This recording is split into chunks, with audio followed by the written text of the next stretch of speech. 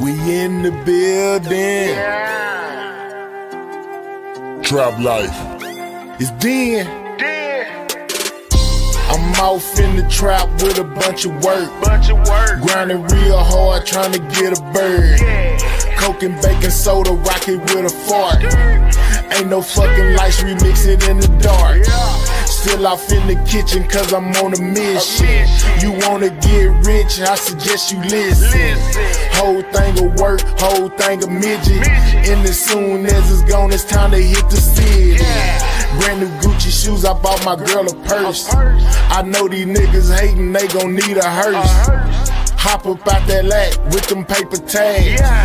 Got these niggas mad like I hate his ass. I'm counting up money in my living room. Certified hustler, yeah, I can make it boom. You don't know who I am, yeah, they call me Den. Trap life CEO, I get them Benjamins. You know I keep that fire like a blowtorch. So them junkies in the line on my front porch. Keep that 83 parked in the backyard. If I don't know you, I'ma serve you through my burglar bar. I got racks, bitch, I make them stack quick. You can't miss me, I'm in the trap, bitch. This that true shit, straight out the blue shit. 1200 blocks, sell it by the bell shit. You on my hit list, I got a sick wrist. Since I'm a trap nigga, I need a trap bitch. I got 6 bricks, and I keep licks. I'm on that street shit, I gotta eat, bitch, yeah. Man, they already know what time it is. Official 1200 block shit. It's Den. Trap life.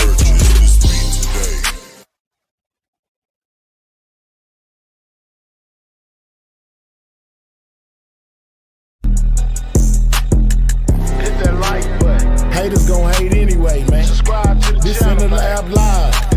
Used to bake pies, now I'm on YouTube on In the Lab Live. Hit the like button, yeah, go ahead subscribe. Ain't no telling what you see, it's gonna be a long ride. Better open up your eyes, cause we be in the dish till 7 in the morning. Coffee in one hand and the sweet got me zoning. Blocking all the haters, shout out my moderators. They make the show greater, main reason why we made it. So up on the top, I can't see the ground. Got these niggas mad, they love when I was down. Now nigga up, and they can't tell me shit. Shout out to Scale Gang and all my people in this bitch. I got haters, I got friends, I got product, I got ends. If I ever get a plaque, I know they gon' hate me then. Still rolling in that lack slow, hotter than Tabasco. Don't matter what you buying, I can get you what you ask for. Hottest in the streets, yeah, these niggas can't compete. We be grinding while they sleep, yeah, 7 days a week. I ain't tripping on the docks, telling niggas come box. Right, knock them out of socks, boy, you must be smoking rocks. Hey, this in the lab live, man. Subscribe to the channel, man.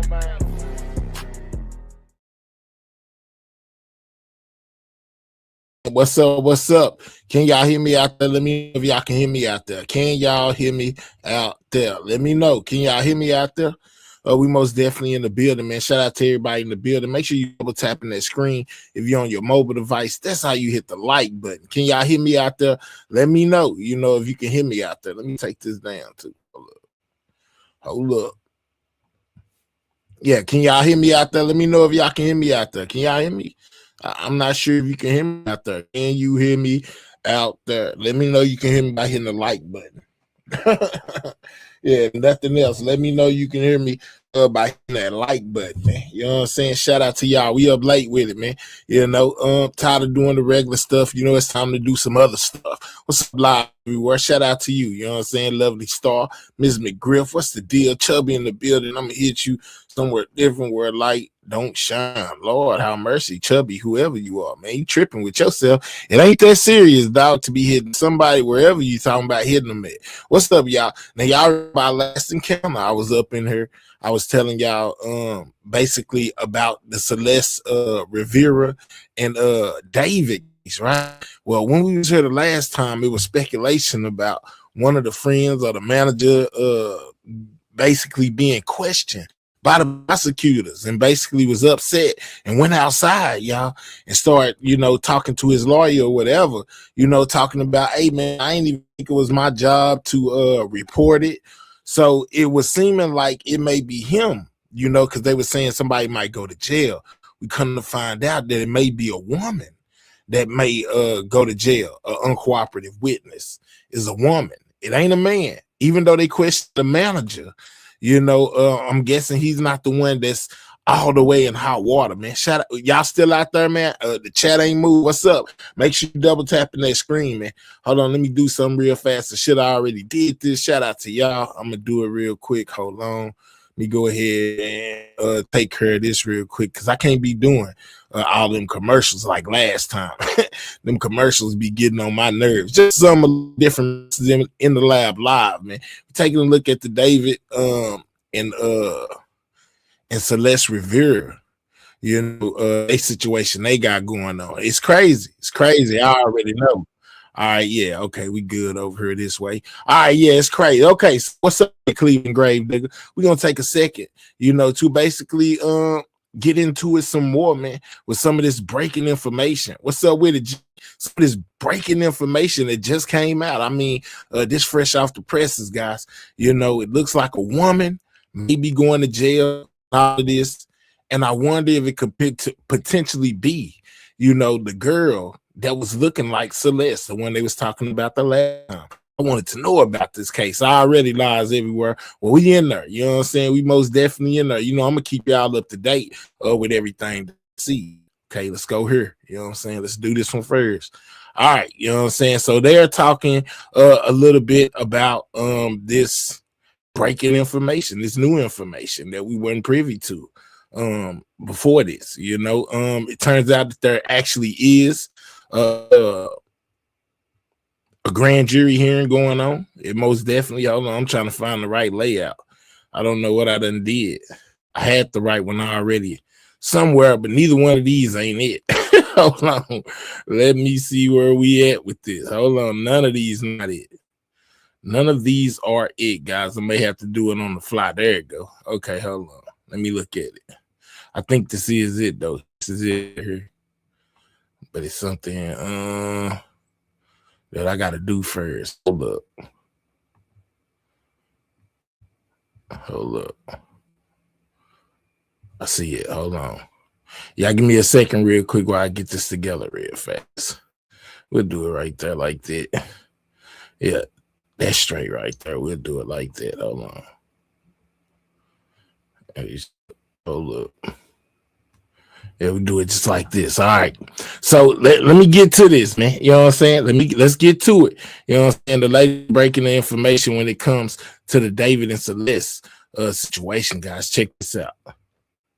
It's perfectly okay for the Los Angeles police and prosecutors to stonewall all of us when it comes to the investigation the death of Celeste Rivas Hernandez and her singer boyfriend David.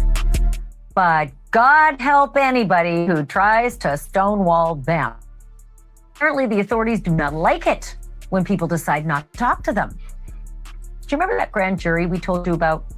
The one that is trying to figure out which crimes may have been committed in the death and concealment of Celeste and who might have been behind all of that? Well, now TMZ is reporting that a prosecutor was overheard threatening to take one of the witnesses into custody. Don't take him to jail. Testify voluntarily. We don't know the witness's name because I knew you were going to ask. Other than TMZ says it is a woman. And we don't know what information she's believed to possess. They said other than TMZ telling them basically that it's a woman that could potentially be going to jail. So they do that body double, aka David's girlfriend. TMZ says it is a woman. The witness is uncooperative. And we don't know what information she's believed to possess or why she's less than eager to part with said information. But we do know one thing, and that is that she's got her lawyer. And that surprisingly, she's got herself the very same lawyer that represents another witness in the case. And that witness is Robert Morgenroth. That's him. The man. Do you recognize him?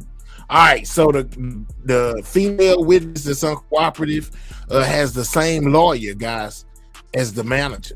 Do you recognize his name? Well, if you don't, I got your back. Can do the singer, David. And not just one way, not just two ways. He's connected in three different ways.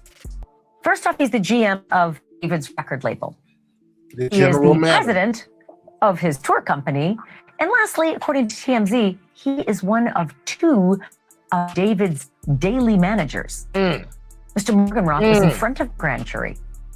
But the lawyer be telling her not to speak. Let's go. Both was reported in court.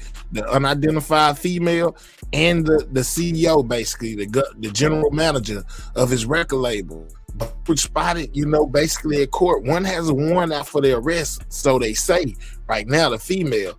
And she's being very uncooperative. Could it be, because she's working under the same attorney as the general manager, that she's being told not to say nothing?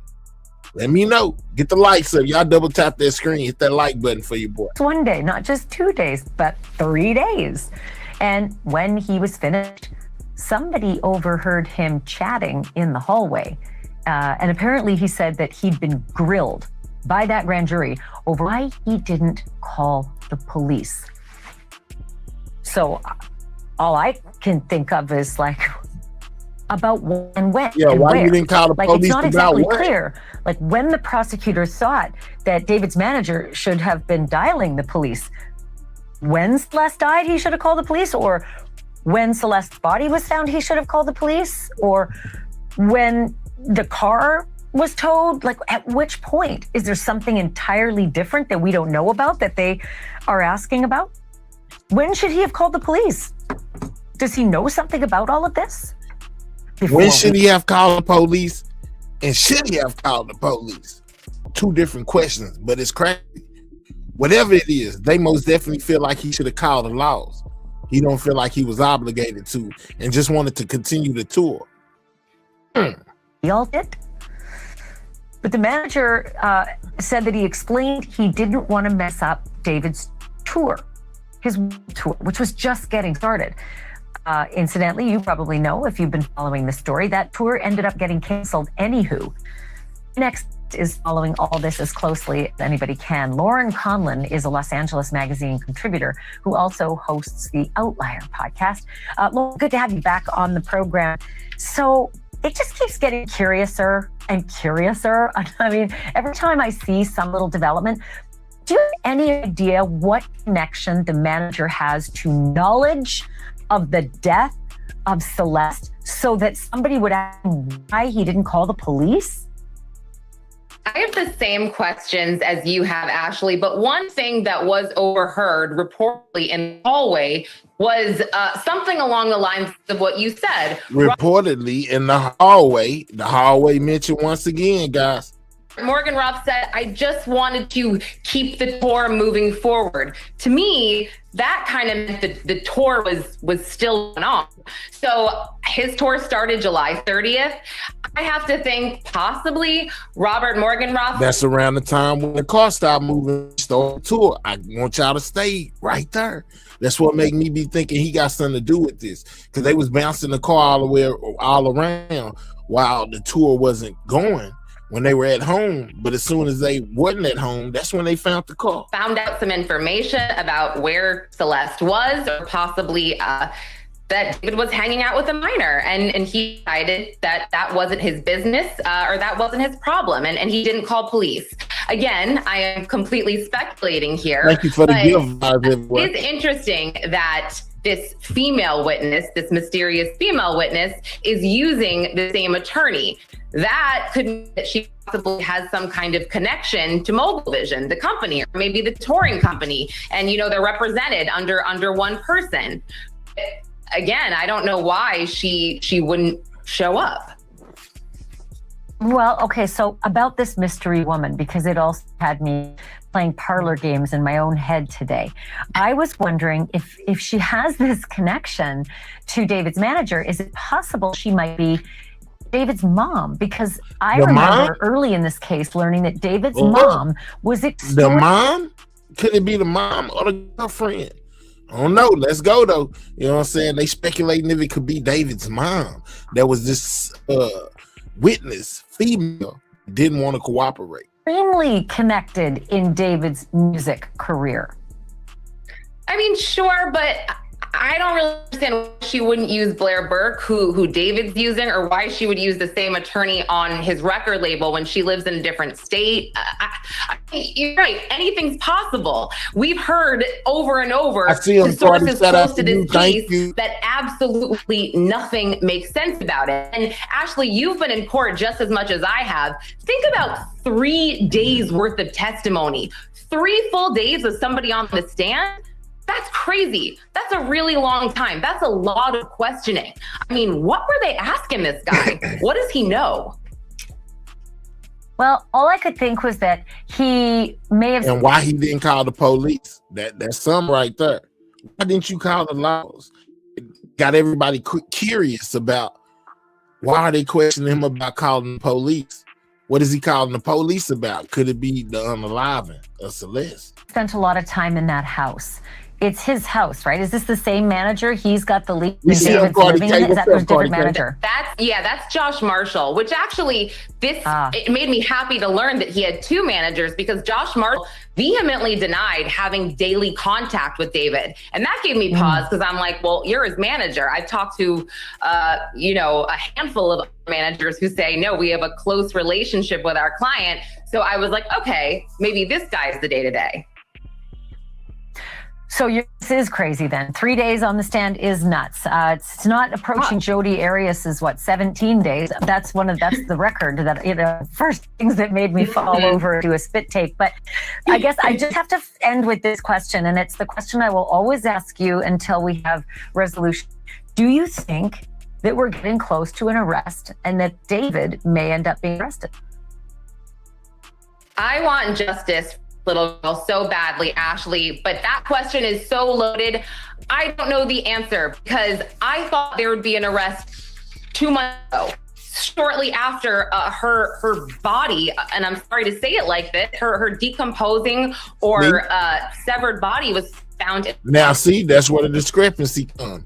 They're saying it wasn't without a head. They said it had a head on it, was never frozen. You heard us say, decomposing, the cap, that word, the cap, the rest of it. She's saying that, but the reports are saying, as far as the police side, they're saying she wasn't frozen and she was still intact. Of his car. But I go back to the fact, the rift between the ME's office and the LAPD. I mean, there is something in that autopsy report, something in that talk screen that LAPD does not want getting out there. Clearly, that alone. And if you watching from the main way, and remember, we over here on the short, we over here on the vertical feed. It was not enough to result in a charge or arrest, but there's something in there that they don't want the public to know, because I feel like it's gonna send us spiraling. Yeah. I had a bad day. I was trying to figure everything out all day. I got a headache from it. Lauren, it means I'm going to call you back. Thank you for doing this. I appreciate it. Thanks for having me, Ashley. Right. So I went there. Lauren Conlon joining us tonight, and in a moment. All right, yeah, it's crazy, man. So that was the first place I went. But also, I like to look around, man. I seen that Trap Leroy, or Leroy, however you say his name. You know what I'm saying? He most definitely made a video talking about David's girl. David's girlfriend in big trouble. Remember, they was doing that for her to be the body double or whatever for Celeste. They were saying that they're not sure when she was unalived, and that the other girlfriend with the same name, Celeste something else, basically saying that she may be in trouble, if she doesn't do what he's supposed to do. This is just getting crazy, but Trap most definitely made a video on it. We most definitely exercise the fair use of 1976 when it comes to playing any of these videos. They're for educational, and commentary purposes only, man. But this is what Trap had to say regarding that girlfriend. Looks a lot like Celeste, that they are saying basically, was brought in as a body double. Case as closely as I have, and we have. If you've been following this channel, you'll know that there are currently 3 people who are looking like they're in very, very hot water over this situation. Now, of course, there's David, the head honcho, the main man, the man who owned the Tesla that the body of teenage girl Celeste Rivas Hernandez, 14-year-old girl Celeste Rivas Hernandez, was found inside of his car. Obviously, he's the prime suspect, in my opinion, based on everything that I've seen. But also, the people in the circle. There's this guy, Neo, that people are saying maybe he had a little thing for David. Maybe they had something going on, in some people's opinion. He had his little hand sort of tucked up under David's waist in a creepy picture. I showed you a picture in a previous video where he's grabbing his buns. All right, we're going to keep it PG for at least the start of this video. But then also, there is a woman by the name of Asia Collins. And she essentially, there's talk that maybe there was something romantic going on between her and David. Maybe she was jealous of the relationship David allegedly, in some people's opinion, had with this underage girl, Celeste. Maybe it wasn't David that wanted to get this young underage girl out of the way. Maybe Celeste was in the way and there was more going on. I don't know. We're all trying to get to the bottom of it. There's been rumors that a woman is about to be arrested for not appearing on the grand jury. We've talked about this Asia girl apparently fleeing the country. She's been spotted posting pictures in Oslo, Norway. It's all a little bit crazy, and I've got some information on her that I think will be very, very interesting for us to dig through today, and it might surprise you, okay? It might surprise you. Now, this was going around in TMZ not too long ago, okay? Where basically the grand jury announced that anyone who refuses to testify will be arrested, and the wording in this TMZ article was very illuminating. At least one witness is so uncooperative she's about to be arrested. Wait a minute. Yes, she. Okay, apparently a woman is about to be arrested. There is a woman in hot water over this situation. Now, elaborated later on. Now, they were saying mom. It went down. Beth Silverman, the deputy DA presenting the case in Los Angeles, came out to the hallway Wednesday afternoon and approached attorney Evan Jennis. She represents Robert Morgenroth, who manages singer David. Silverman told Jennis she was going to have the judge issue a body attachment to force a female witness to testify before the grand jury. It appears the female witness was a no-show, and a visibly frustrated Silverman said that she would have authorities take the female witness into custody and bring her to the courtroom. We do not know who the female witness is, but it's interesting because she's represented by the same lawyer as Morgenroth, who spent around 3 days. We don't know who the female witness is. That's what he just said. But they're speculating it might be David's mom. Before the grand jury. Now, these unconfirmed rumors, I want to make this very clear, but there are people on Reddit who seem convinced that Asia and Robert do have the same lawyer and that she's the person who's not showing up to court. Some people convinced of this. Okay, there isn't confirmation. I know, she's looking all right, to be honest with you. It says, why is anyone allowed to use the confirmed tag? This hasn't been confirmed. How do you know that Asia's the same lawyer? People are saying, I will post it shortly, blah, blah, blah, blah, blah. They're thinking, people think it's David's mother. They don't want to tip him off. Now, people don't have proof. People saying it's BS. Okay, they don't know for sure. Don't trust this guy. He's posting stuff without proof. So we don't know, but there is an assumption. They said, mom. Hey, listen, I might have to represent her after seeing this picture. But wait, I wasn't trying to click on that. That was my bad. All these speculations, guys. She definitely going to be looking good in orange if it really comes to it. That's all I'll say. Okay, that's all I'll say. No more. But anyway, all right, just days earlier, okay, according to her Instagram, she appeared to be in Europe. This was going around. People were basically saying, yo, she's on the run, she's out the country, she's doing the dash, she's doing the take, hey, okay, she's posting Oslo, she's young lean. Is this gonna be don't want to get copyrighted, but she posting clips, little pretentious, landscapes in Oslo. This is just 5 days ago. I already appreciate it. Should I throw the follow? No, I can't throw the follow, man. Until she's been cleared of any wrongdoing, I can't throw the follow. She might backdoor me. But she overseas by the looks of it. Who knows? This could be old footage, could be new footage. She out there having fun. This is probably the kind of fun party time that she was having when David was still active in LA. Okay, but according to a recent post, she's got a good camera on deck as well, so she's getting to the bag. But basically, okay, in a deleted comment under one of her recent posts, all right, she actually claimed to be in Los Angeles. This basically was a comment, a response to somebody. Somebody said, they're going to find y'all. And she said, I'm in California. What do you mean? Oh, wow. All right. Now, that could be cap. Okay, that could be cap. Oh, wow. That could be true. And it could be some old content that she's sharing around. But what I think is really interesting is the fact What's up, Echo? There is actually a lot of reasons why she could actually be in serious legal danger. Okay, so let's just have a little look back at some of the other stuff that's gone around about Asia. We can make up our mind about how much danger she really is in when it comes to this grand jury and everything going around. Now, just a month ago, okay, a screenshot would surface basically showing Asia responding to questions about Celeste back in February 2024. Okay. And she would basically give her response. It says, this is Asia's response to the recent screenshots. She said, for legal and safety reasons, I do not feel comfortable talking about the case. I will speak about it in due time. In the meantime, I suggest you don't believe everything you see online. I'm not sure I believe this. I see this online. So should I even believe you, or should I believe that you're full of cap? Because I see you talking about you in California online. I see you talking about you in Oslo online. Now, this screenshot was going around.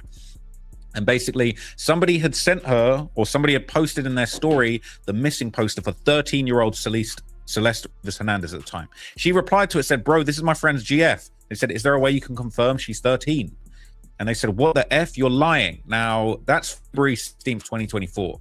Tracking it all the way back. Let's go, Trap. I would keep it. I know everything that's going on with this case, right? So AZ ain't going to be liking what I'm about to say. But that went missing on Valentine's Day, 2024. We saw the footage of David showing off apparently a Valentine's haul. There was a bunch of cash shaped out in the heart, a bunch of Hello Kitty toys, creepy, weirdo stuff. They was looking like they was in a hotel room or a bedroom, whatever it was.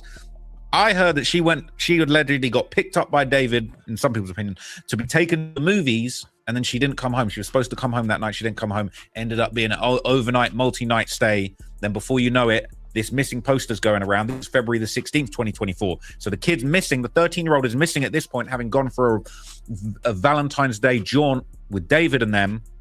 And then she's saying, bro, this is my friend's GF. So no doubt, okay, let me not say no doubt, because I have to be careful. In my opinion, okay, it's feasible that David could have had this little Valentine's romance. He's taken his girlfriend around, showing her off to his friends, and then the friend, Asia Collins, is seeing this girlfriend. This isn't this my friend's sneaky link. This isn't this my friend's just little Valentine's Day link up. We just had a little thing going. This is a girlfriend relationship. She's 13. Right? 13, and she says, what the F, you're lying. Now, this screenshot is unverified, to be completely honest with you. But at the same time, in my opinion, I think it's real, but I don't know for sure. All right, I couldn't tell you for sure. But this is not a good look, all right? And basically, after that started going around, then suddenly she's saying, don't believe everything you see online, all right? She's basically suggesting that screenshot is cap or made up. It says, what's the source for the screenshot? I've never seen it before. Somebody anonymously sent it to the mods and posted the story that day. Okay, people saying they're feeling the pressure. Keep applying it. They were acting cool as cucumbers in the last 2 weeks, posting Halloween pics like nothing on. But now stuff is going on. They said Asia is a bee. She knew everything that was going on. I can't wait to see them together in the same jail. Okay, she's gonna look fine in the orange jumpsuit if it's to that. Okay, that's just my opinion. Feeling pressure, or just saying a literal screenshot with their name in it is false and staying quiet as anyone would. While there's a whole investigation going on. Okay, now there will be more going on after this. Okay, because basically, on September the 21st, 2025, all right, after Celeste's body was discovered earlier that month, Asia began removing all traces of David from her Instagram, all right?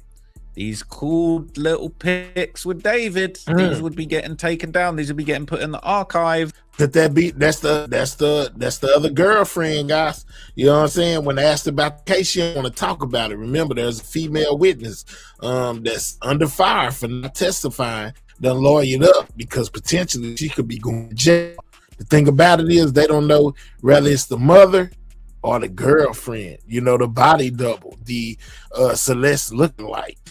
Media count be going down. Minus. Take them pics down. All right, take them pics down. We need to put them down. All right, not a good look. It says Asia seen with he who should not be named deleted a mass majority of her Instagram posts. I noticed after I seen her Insta page a week ago with a lot more posts confirmed using Insta stats. She did the deletion on September the 21st. I'm making no claims. This is all just alleged, and this could possibly have nothing to do with the case. It's questionable.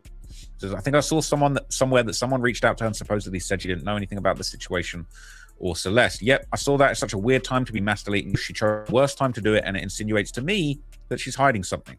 Now, it says it's in this thread. Someone screen capped an old comment. She said she didn't know about Celeste's age. How she worded it sounds like she knew about Celeste and that they had met before. Where's this comment? Let's see. Where's the screenshot? So this is her responding to some stuff on TikTok comments. It says, can't convince me she at the very least didn't know what was going on. She replied, said, I have a life outside of just my friends. It says, there's no way you were that close to him and didn't. He was messing with a little girl for years. He wasn't even trying to hide it. OMG. Right? People saying barely been posting since September the 5th. Did a light scroll and you would post a lot. She said, life is expensive, bae. People are saying, why are you not posting since early September? She's saying, life is expensive, Bay, and I'm depressed. And they said, well, either way, you knew he was dating a minor, or you just didn't say anything to him. And she said, I didn't know her age. It breaks my heart. That would suggest that she knew her. She just didn't know the age. So I didn't know her, never met her, didn't have nothing to do with her. She just said, I didn't know her age. All right. And then that previous screenshot that we saw at the start of the video, that would be damning if that's true. Okay. Now, before that screenshot leaked, okay, that showed that she allegedly knew as early as 2024 that Celeste was underage, she also made a post basically saying she didn't know Celeste, all right? And people are saying, do you think she's telling the truth? So people are being still very disrespectful. I will clarify some things. I did not know the girl nor her age, and may she rest in peace. I've never posted any videos with Celeste Rivas. Only my friends Vanessa and Celeste Herrera, who are commonly being mistaken as Celeste. This is the ex, guys. You know, this is the ex is putting out. Isn't it they questioning her too. They got a decoy Celeste in just at the right time. Now that one, I can't wait for the cops at the bottom. It says everyone wants to act like TikTok detectives, yet can't tell the difference between a person of color. Let's pack it all up. Now you're playing the race card. That one's crazy. I ain't gonna lie. One's hit him with the race card, hit him with the Uno reverse card. That one's crazy. I'm not gonna lie. We might be clutching at some straws there, but hey, they're saying that it's a racial thing. Okay, they're saying that it's a racial thing. I don't know. They're saying that's the other Celeste. That's the decoy Celeste. They're saying this is the other Celeste. All right. The decoy. Let's go. Okay. It says before I start. That's crazy. This is my opinion. It's crazy how he found such a He really found such a doppelganger. Started to have her dressed as Celeste Rivas, or vice versa, to the point where she could have possibly been using the same Gap sweater. I really hope it's a different one and not the same one. Do y'all know how crazy that is? Have a body double, guys. Remember, she was wearing Celeste clothes. You know, she was going to the shows. People was thinking that was her, but that wasn't her. It was a whole nother female, guys. And just the part that get me is she was wearing Celeste's clothes. Be so creepy. Who knows what if he told the truth? Both Celestes. Who knows what if he knew both Celeste around the same time and fell in love with both? Then he had a love triangle going on. There was a source that seemed credible for a second. That person was saying that when people would walk in the room, and if both Celeste were around each other, old Celeste would nickname herself Cece, and Celeste would introduce herself. The body double, name. Guys. At the moment, it hasn't been confirmed. Now, if anyone finds info of Asia or Celeste, both the Celeste the same, Asia and both Celeste will be getting a lot of questions asked because Asia just posted that she never met Celeste Rivas. That only Celeste Herreras and Vanessa are her friends, and she mentioned she didn't know her age. What are your thoughts? Because I find it hard to believe she didn't know anything, and her tone comes across as hostile. I really hope someone can find the pictures of Asia with Celeste Rivas Hernandez. Asia is going to be cooked on the same boat with David on the way. All right, on the way. Okay, it is actually wild. It says, I'm talking about that girl. The comments, right? You know what I'm saying? The comments is going in. That girl. Is that what she says? Wait. I did not know that girl. This crazy body double and wearing her clothes. Absolutely lives everywhere. I'm talking about this is she spent most of her time with David, so she never met his girlfriend. I find that hard to believe. Even his moderators on Discord knew about Celeste. She's clearly trying to avoid any accountability. So of course not. That girl has a name disrespectful, Celeste Rivas Hernandez. I do feel like people are getting a bit hysterical when it's like, you know, sure, sometimes we might not use her name to refer to her. It's not trying to disrespect her, keeping her name alive, and we do all want to fight to preserve this information, to fight for justice for Celeste Rivas Hernandez. But sometimes you got to use other words because of the context of what's going on. So there's no disrespect. I want to make that clear.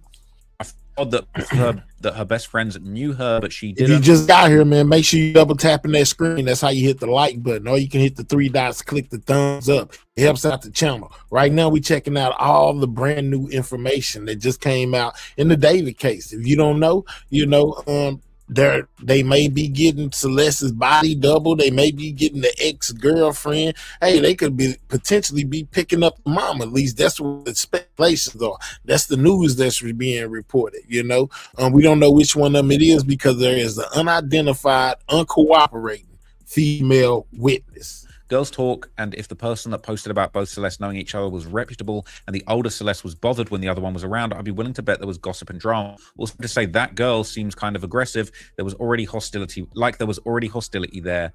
Weird. Exactly. People are going back and forth about Celeste Herrera not being bothered or jealous about Celeste Rivas Hernandez. I don't know why something tells me she was jealous of Celeste Rivas Hernandez. Celeste Herrera, just looks like a backstabber, right? No, I don't think this statement is entirely truthful. All right. Not sure if you missed the first sentence, but I did start with my opinion, but I'm minded to read your thoughts. It's very important to say your opinion when it is your opinion. Now, okay, apparently, Asia would first meet David in April 2023, around the 13th, when she appeared in the music video for the track Sleep Well. Now, I'm digging it. Asia's not going to be feeling this video, I ain't gonna lie, okay? That girl, this look like the curly haired girl. Is this the body double? Actor and performer. She on the website backstage. Remember the one that was backstage, standing on that balcony right? thing? Model, actress, Beverly, California. Okay, she's got a driver's license. She has a passport. And everybody was saying that was Celeste. Might need to make use of that one. Okay, Asia at the show. Right.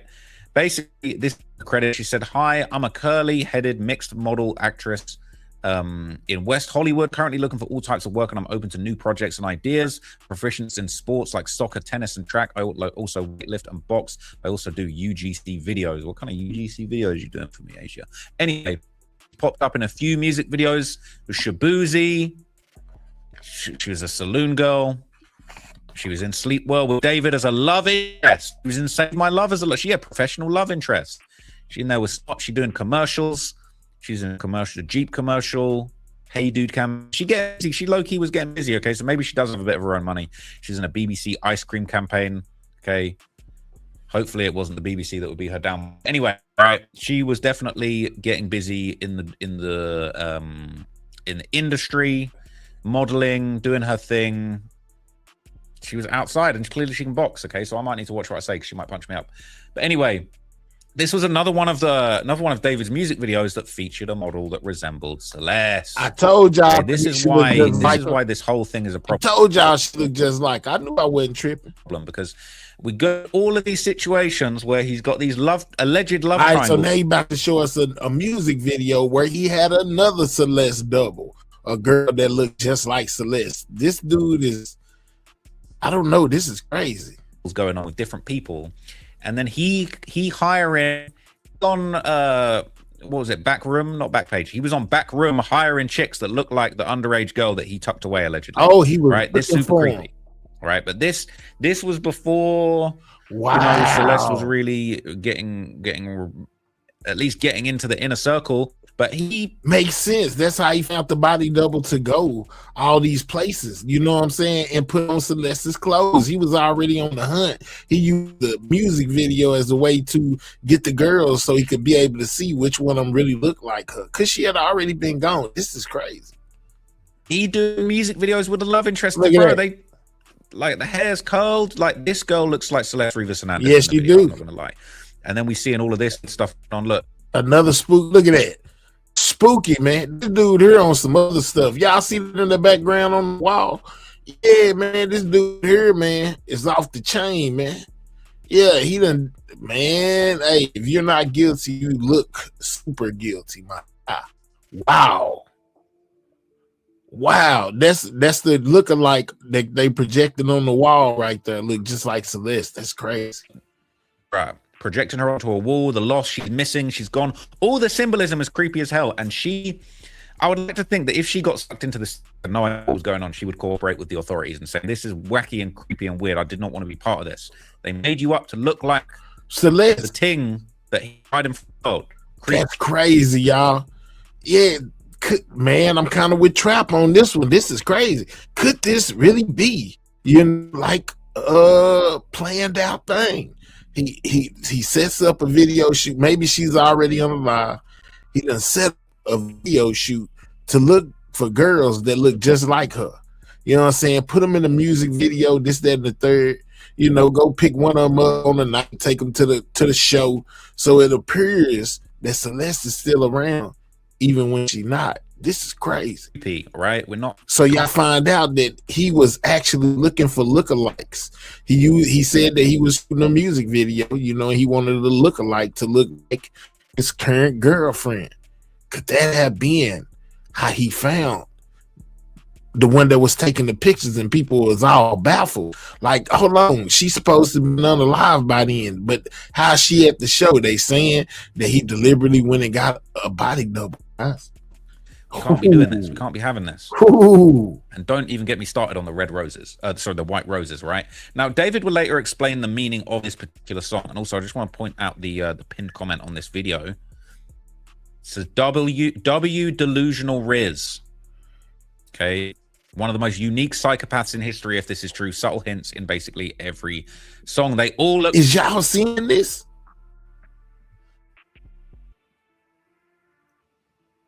Man, this is crazy. They all look like Celeste. That's crazy, y'all. What a clever way to find a body double, guys. Then to say you're looking for one for a music video.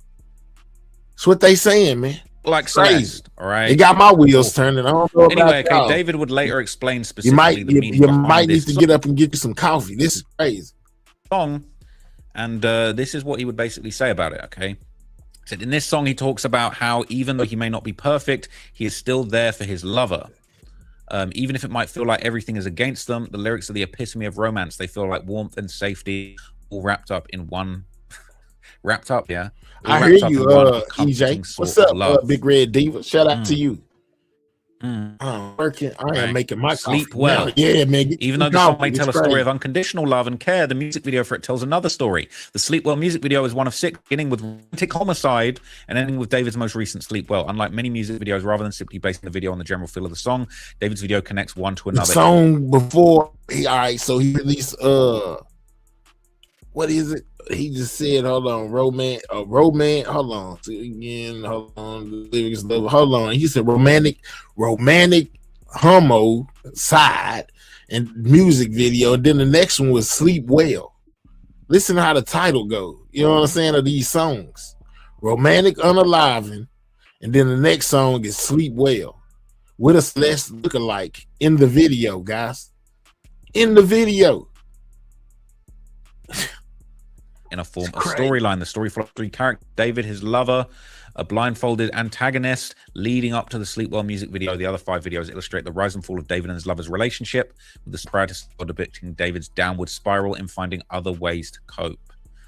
Okay, it's a little bit weird. At this point, he might as well just pop out and say, man, I did it. Like it. Come pick me up.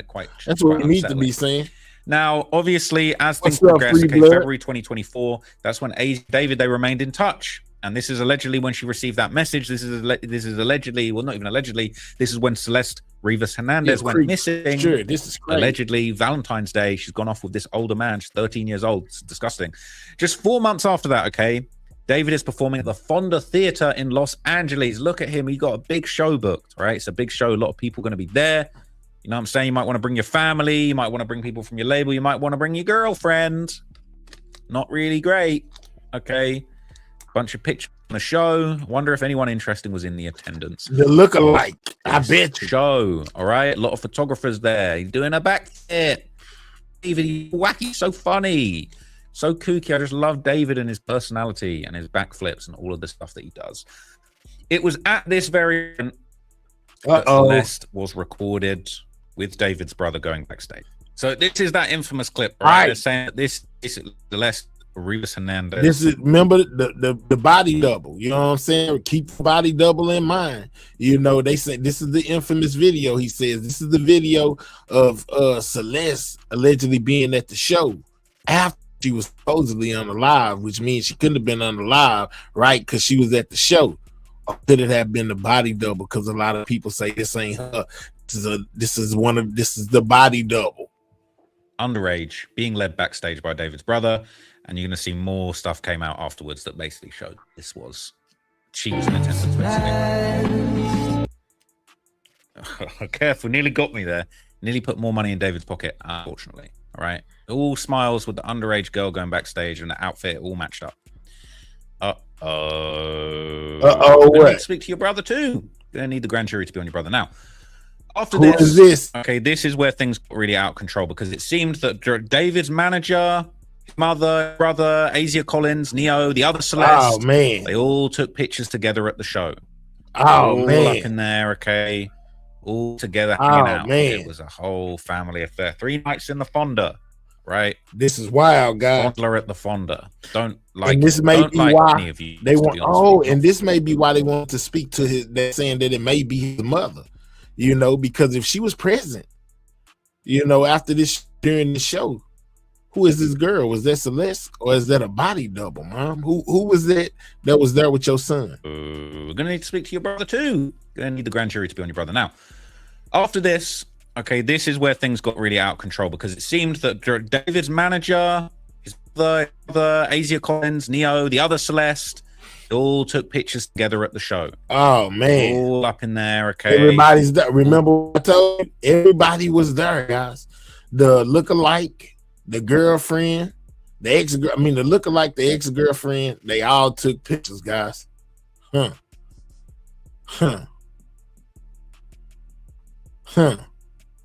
This is crazy. If it's a body double, it's not even the first degree charge. Absolutely, man. This dude right here, a body double. Wow. Together hanging out. It was a whole family affair. 3 nights in the Fonda, right? Fondler at the Fonda. Don't like it. Don't like any of you folks, to be honest with you. I'm not feeling you guys. Not feeling you guys, not at all. This is wild, man. Not feeling it. Not fan. Not fan. Not fan. Not fan. No, one person who didn't get a chance to get in the photo booth. Hey, Ken. And she's no longer with us. It's very, very, very twisted and messed up. It's twisted up. But anyway, okay, time goes on.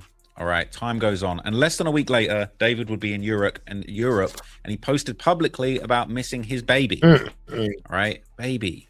Softest soft launch of all time. There goes my baby. Talking about Celeste. You can see this, yeah. He's posting an old throwback. We don't know who it is he's talking about, but interestingly enough, I know who he's talking about. All right. After this, a little time would pass. The following month, August 2024, we'd next see Asia and the other Celeste with Jason the Ween. All right. And apparently they're all homies. Check this clip out. Oh, you know what's crazy? Weren't you in a David music video? Weren't you in a David music video? Are you serious? Yes. Came full circle. Wow. What's up, Rika? Thank you. Shit. For real? Y'all still connected? Damn, that's baby, bro. That's baby, bro. That's little bro. Fuck this song, bro. Listen, man, if you're a chick, okay, you know me, you are talking about me like you saying I'm baby bro. I don't know if we're gonna still be cool after that. Like baby bro, that's crazy. Now, funnily enough, okay, when Jason the Ween's saying, yeah, I'm locked in. Next thing you know, he's downplaying their relationship in 2025. He's making a statement after, you know, a dead person has wound up being found in the trunk of this. One thing I also want to add to the David situation. I did not know anything. I'm not even close friends with David. I made a song with him. All right, I had dinner with him once. Oh, now y'all ain't cool. And then he want to separate himself now. No, bro. That's insane. That's what they're saying, man. You was claiming him. You were happy. You were hyped when this was going on. Now he was bro. And basically, people on Reddit were giving their reaction. Okay, they're basically saying this video shows Asia and Celeste Herrera's friends a year before the situation begun. David's mentioned in the conversation. He had no idea of their connection until this point. Asia refers to David as baby boy and like a brother to her. People saying this eats into Jason, saying that he hardly knows David and they just went to one dinner together. Not surprised he's trying to distance himself now. Saying this is before Jason ever met David. First time their meeting was September of 2024. Asia and David were mutual since 23, 22 because of his date and shows on Twitch. Right? People saying you're full of shit. Literally in the video on this thread, we are commenting on. Yeah, you ain't telling the truth, dog. You lying. Now. It all came full circle. Talk about Please stop. Let's Please stop whitewashing. BS. Right, Celeste Herrera always kept herself in the shadows. Even in the live stream, she participated. You know, I know a lot of people feel like that, but as I've been reporting for these last couple of times that I've did this, they're saying that her body wasn't in pieces and her head was still attached. They just saying she was decomposing. They saying she was never frozen, like reports said at first. They then came out and reflipped the whole story. So the official police report is that she was not frozen and she still had a head. Asia, she was always withdrawn. I never heard her voice. She even looked miserable on her mother's Facebook.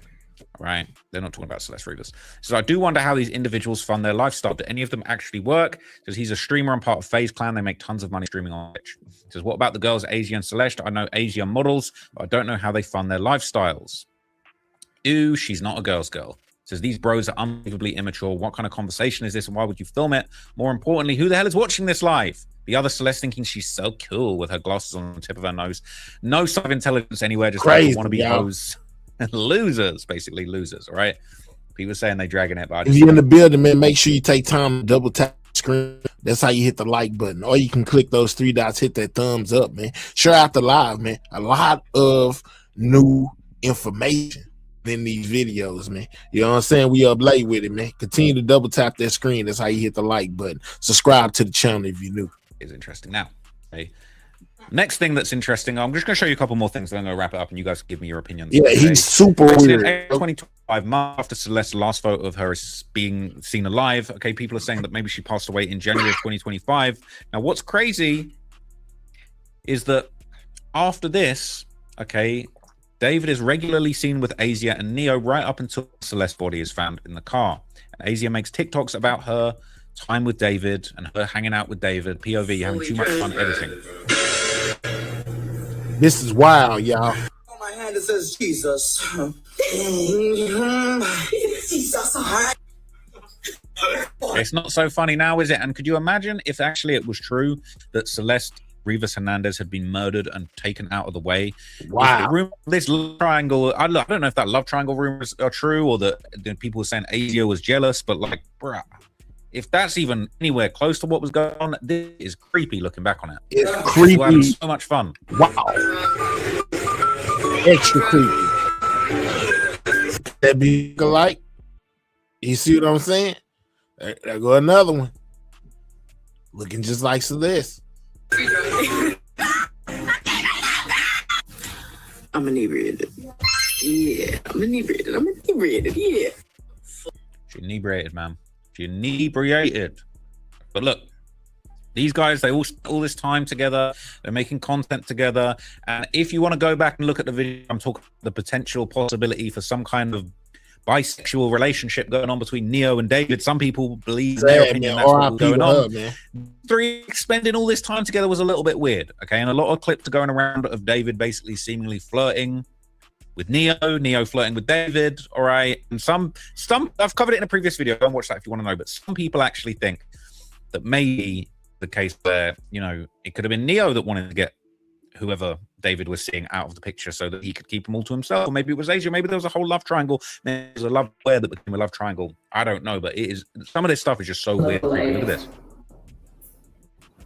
This is David and Neo getting freaky. He said David and Neo getting freaky. Now, Trap likes to say that these two may have potentially been in a relationship of some sort. You know, because saying that David swung both ways. I'm not saying that they are. I'm saying that's what Trap keep on alluding to the fact of. He just said this is David and this other dude getting freaky. See, Neo and David get freaky. 6'11", David's like 6'12". I look like a gay stripper. It's not David, we're good. It's like a naked right now. 6'7". Yeah, I'm like 6'7". How Show that you. I'm sorry. No, she said I look like a gay stripper, so I have to. I'm not being clipped. I'm being clipped. No, don't clip that. And I'm not being here. Oh, if you can clip that, crap me out. Whoa. Wait, one. Man, make sure y'all double check that screen. Oh, wait, hold on. Who's that? What's she? Oh, man. EJ, moderators, what you think? Y'all think these two in a relationship? You know what I'm saying? Since Cardi says he admittedly came out and said that he was bi. Sounds old. Excuse me?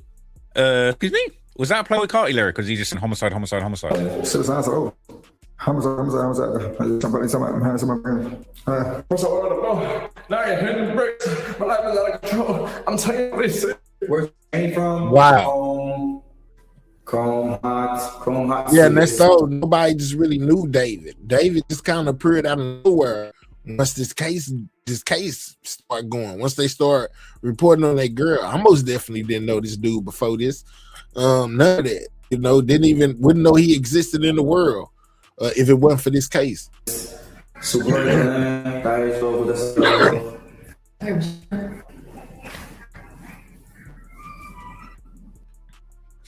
Got the Interscope hoodie on, yeah? Interscope loving all this. It got some weight to it too. Like, what's up? Could you drink that for 2 seconds? Well, Annie, he was big on TikTok. You know what I'm saying? Making TikTok songs. That's probably why we don't know him and ain't never heard of him. I see you saying he was on tour. Well, some people know him. We just don't. I bet you some of the young kids know him. It's not alone in this world. All right, guys. So it's your boy, Neo the Asian. It's your boy, Skinny Penis. It's your boy, Neo the Asian. It's your boy, Skinny Penis. It's your boy, Skinny Penis here. Shout out Neo. Shout out Neo the Asian. Skinny what? we're repping the plug. Skinny what? It's your boy Skinny who? I know my ears is playing with me. It's your boy, Skinny Penis here. Yeah, they most definitely in it. Him and David, yeah, I believe you. Man, this dude is saying Skinny. You know the rest. Wow. Boy, Skinny Penis. It's your boy, Neo the Wow. It's your boy, Skinny Penis. It's your boy, Skinny Penis Wow. here. Shout out Neo. Shout out Neo the Asian and everything. Yeah. You heard the DJ. Yeah, wow. Why y'all at David's house? This guy's a weirdo, man. Man. Bro, pack it in, man. How the fuck y'all meet on Grindr? The boy said something about Grindr. Yeah, they most definitely on the other side, Cardi K. Like, even if you guys ain't really in a relationship, like this whole like we go on Twitch and sex play, like it's weird, bro. Like this is what you were really doing. And David getting freaky. Neo covering up dead bodies too. That's what the comment meant. Double cup and a straw. Wonder what's in there. They so funny. Yeah. Theory. They both killed in super this funny. moment. His body hid it in the fridge. They have a lover's quarrel right before David leaves on tour. David leaves, makes Yeah, they Neo. super funny. Neo makes his move. He's going to get But payback. he Neo shouldn't puts Celeste be body in the admitting Tesla, so David that gets in people trouble. Now they're let both in trouble. alone That's mention infuriating. his name. Okay, I'm really dying to find out who is this person, who is the alleged person that basically is going to be instantly get arrested, and like I'm just trying to find out, is it Asia? Somebody's going to Some jail. people saying it's David's mom. I don't know, but you guys let me know down below what you guys think. Somebody Do you feel going like to this Asian jail. chick really It's knows the what's black. going on? Do you feel like she's been unfairly tarnished, or do you feel like the whole thing, it's just David? Yeah, fruitcake funny. Cardi K. Yeah, so you heard Trap say, man, somebody's going to jail. We've been hearing somebody's going to jail. Somebody most definitely going to jail. We don't know if it's the mom, the girlfriend, or the Celeste body double. That's the craziest part. It's a whole body double out here, guys. Who thinks that far ahead? Who thinks to do that? David. That's crazy. Official report about the witness that was uncooperative, guys. Let's go.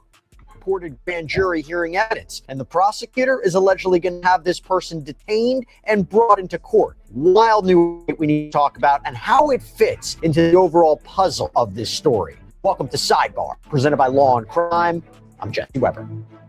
This is wild, guys. Yeah. Okay, before we go, Yeah, they saying this dude could have possibly plotted this. EJ, the crazy part about it is, check it out. That just He came out cast that we a want to talk Celeste. about. It is a continual. Put this right here. He cast a Celeste body double / look like for a music video.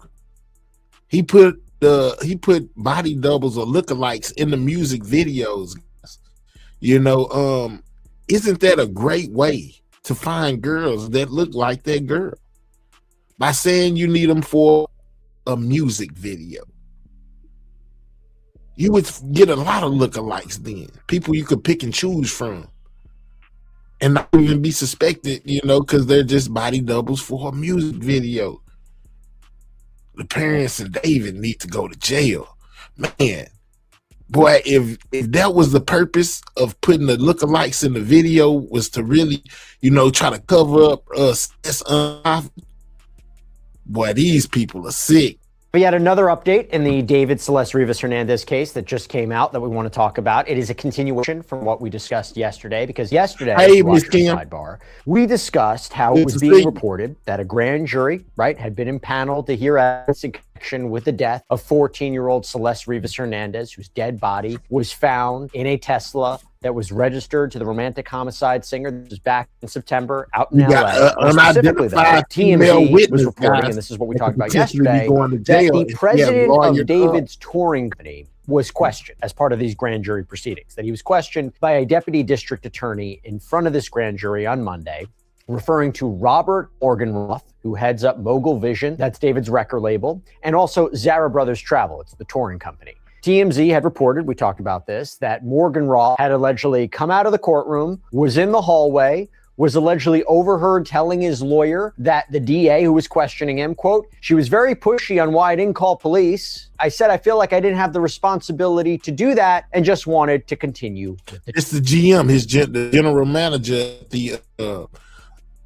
Robert, I forget how to say his name, but over the record label, you know what I'm saying, aka his manager, aka a person that would know a lot of details, being questioned about why they didn't call police.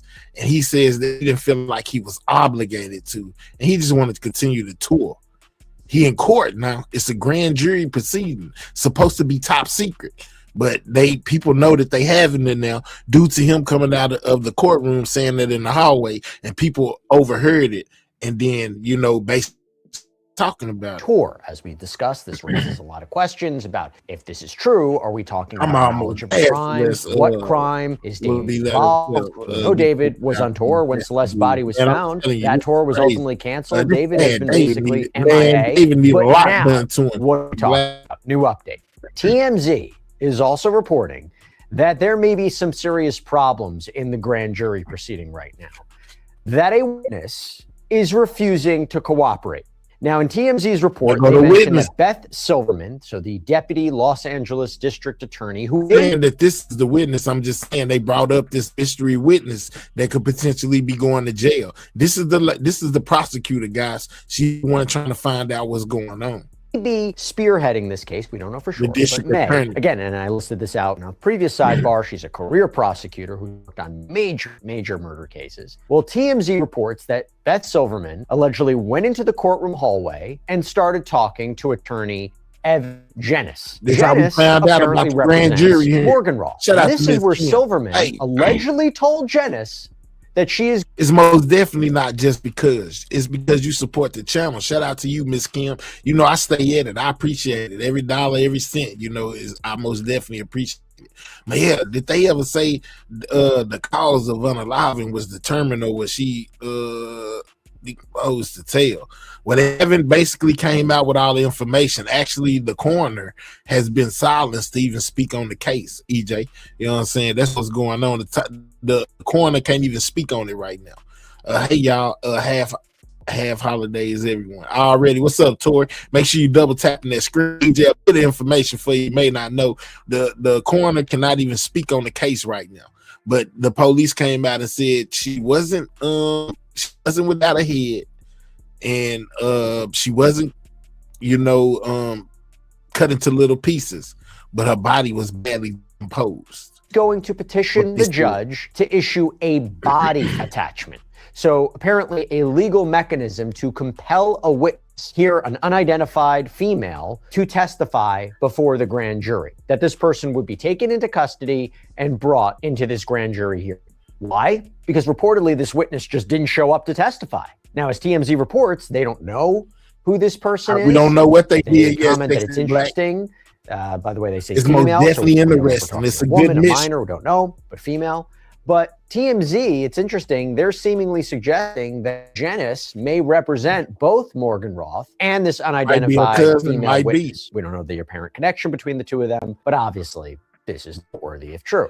Now, TMZ is also reporting that Silverman went into a courtroom with Morgenroth and his lawyer, that there was a TMZ reporter that was allegedly told by the judge to leave. And I will also mention that TMZ has done more of a deep dive into Morgenroth as well. They're now reporting that he was working for and with David day to day as his manager. By the way, apparently David also has another manager, Josh Marshall. Absolutely. He was the one who apparently, according to private investigator Steve Fisher, and Steve Fisher's looking into this case, that Marshall had signed the lease on the property that David was staying at Hollywood Hills, which was reportedly near where the Tesla was found and towed. That's who house it is, guys. Remember, they moved out shortly after the house was searched.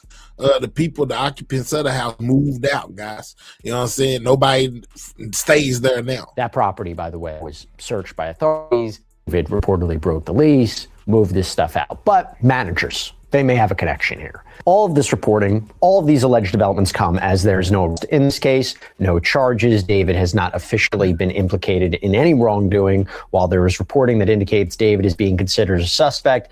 APD hasn't officially confirmed this. They have acknowledged potential connection to the Celeste investigation nonetheless. And this grand jury, which I mentioned before, we can't even officially confirm it's going on, but if it is, we're also not entirely sure if it's a grand jury that returns an indictment or what originally reported by outlets like the LA Times, that this is an investigative grand jury, one that helps in producing and presenting evidence and recommending charges, not issuing a formal indictment. That may be left to a future grand jury. Again, we don't know for sure. But what we do know is that the LAPD has been very tight-lipped about this, and that they successfully petitioned the court to seal the medical examiner's records on this case, including releasing any information on cause and manner of death of Celeste while this investigation continues. They said in a statement that order was sought only to ensure detectives from the Robbery Homicide Division learned of important information surrounding her death before the media and the public. The order was not sought to undermine transparency. I want to talk about the latest in this. Let me bring in Mark Weaver. No, we most definitely got to get to the Attorney facts, General. guys. So good to crime gonna shoot it straight. have you on. Thank you for taking the time. Are you surprised how much we're potentially learning about a grand jury? I thought traditionally we would have no idea if the grand jury was even being impaneled. Man, it's a grand jury going about something, Andy. You know what I'm saying? They ain't sure about exactly what it is, but it's a grand jury going about something. You know what I'm saying? It's about something. They don't know what exactly it entails, but it got people that's in David's case offended. You know what I'm saying? His manager, you know, his girl could be in trouble, man. Right now, it's all in the air, trying to figure out what's going on. But there most definitely is a grand jury proceeding going on. Let alone who would be testifying. Well, when I'm in a grand jury as a prosecutor, I take great care to make sure that the general public doesn't know what we're doing. But in a busy courthouse, when a prosecutor goes out into a hallway to talk to the lawyer for one of the witnesses, there's going to be people there who overhear. Perhaps she could have been a little more cautious. But remember, people who testify in front of a grand jury, the witnesses like this tour manager you mentioned, they are not bound by the grand jury secrecy rules. The grand jurors, the judge, the prosecutor, and the prosecutor's staff are. So some of this could be overheard in the hallway. Some of this could be witnesses who've appeared leaking what happened in the grand jury. Let me just be clear about that. You're saying grand jury witnesses come out, go on television and say everything they testified to? They can. They're not supposed to. We saw that, you know, as prosecutors, we asked them to remain confidential. We don't have a legal ability to do this. We saw this in the case in Georgia, the criminal case against Donald Trump, where we actually had the forewoman of the grand jury. She shouldn't have been talking because she's a grand juror. But the witnesses who go in front of a grand jury, we have a legal mechanism in most states to be able to stop that from happening. Steve Fisher, the private investigator who I mentioned before, we talked about it yesterday, he had a long social media post where he basically said he was being compelled to appear in court for a contempt hearing because of what he testified to as a witness in a grand jury proceeding. He wouldn't confirm whether or not it was regarding Celeste or David, but read between the lines, you can make the argument there was. So if he's listening to this, he probably would love to hear your perspective on this. He supports your perspective on this. He said he testified. His concern was that he according to him, he was accused of being held in contempt or potentially held in contempt because he spoke about the case. Now, the law may be different in California than it is where I practice, but typically we cannot find witnesses from speaking. I'm not a California lawyer. I do know this. When the judge gets involved, that usually means something has gone wrong within the grand jury. Either, as you mentioned, potential witnesses talking when they were told not to, or not answering every question, only answering some of the questions. Let me ask you this. If this reporting is true, what do you make of a potential uncooperative witness? Does that happen? And why does that happen? It's rare. I've been a prosecutor part-time since 2001. I've only ever had to use a body attachment once. And by the way, explain what a body attachment is. Yeah, it sounds like a piercing, doesn't it? It's just a legal term that means let's get the person, the body, habeas corpus. The corpus of habeas corpus means body, produce the body, Latin term, right? And so A body attachment is an order from a court that someone who is unwilling to abide by normal legal process, Basically gonna make you come. You receive something either in the mail or from a process server saying that you need to show up for a proceeding. Could be a grand jury, could be a deposition, could be a trial subpoena.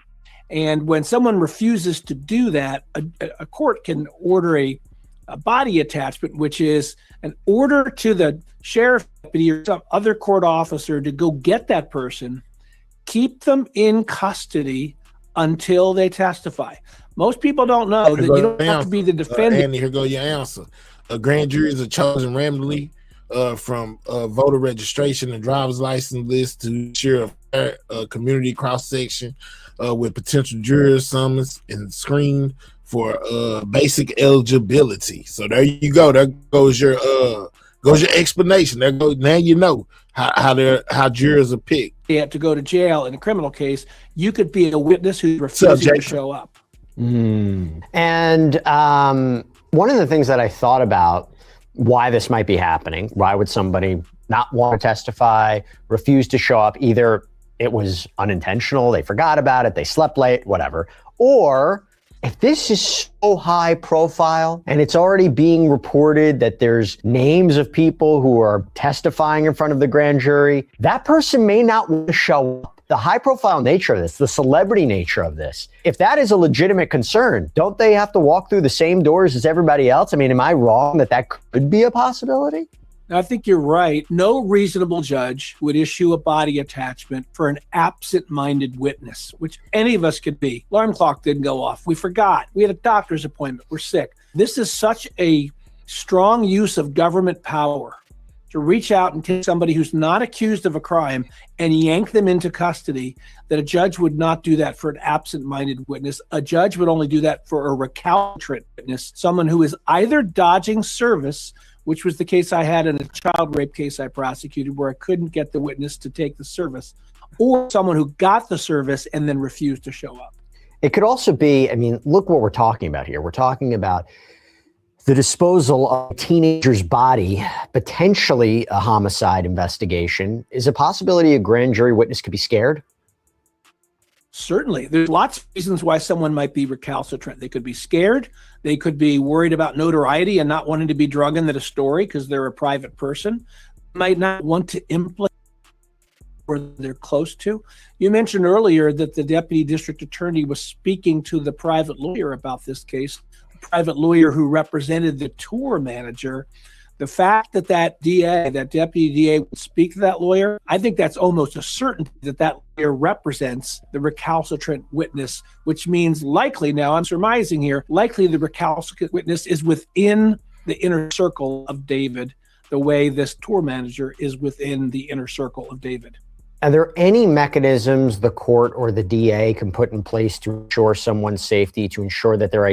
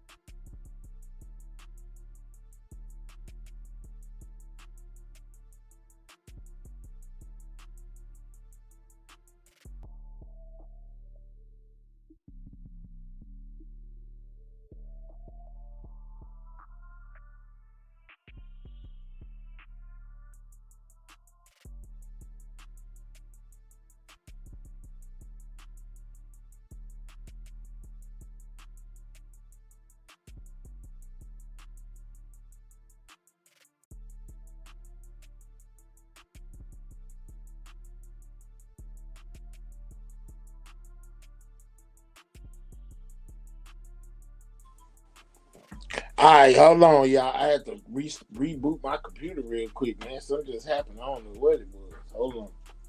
Let me get it back up here.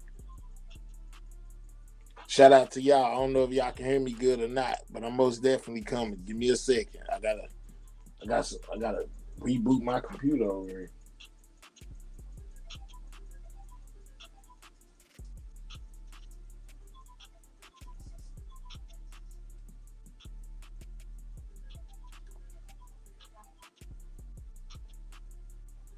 What y'all? Can y'all hear me out there?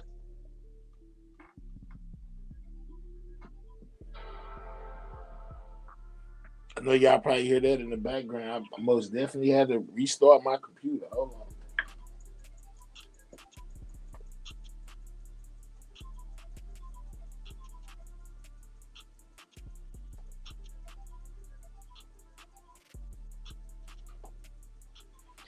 Give me a second. Here I come, y'all.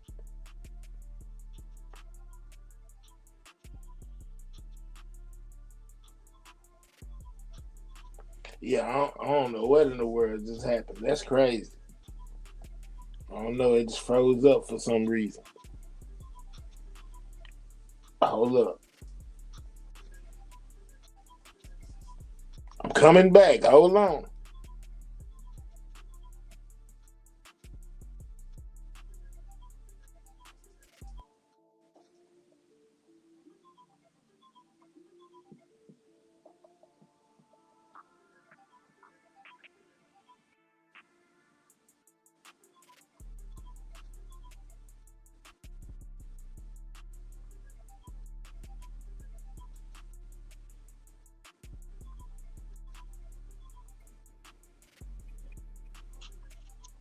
All right. Y'all ought to be able to hear me good. Hold on. Get out of this one.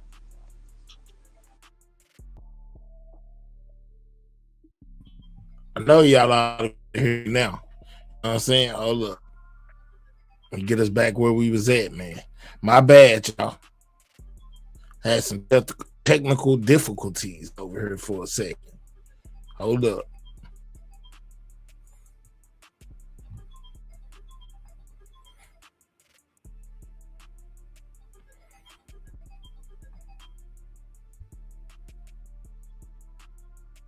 Pick up right where we left off.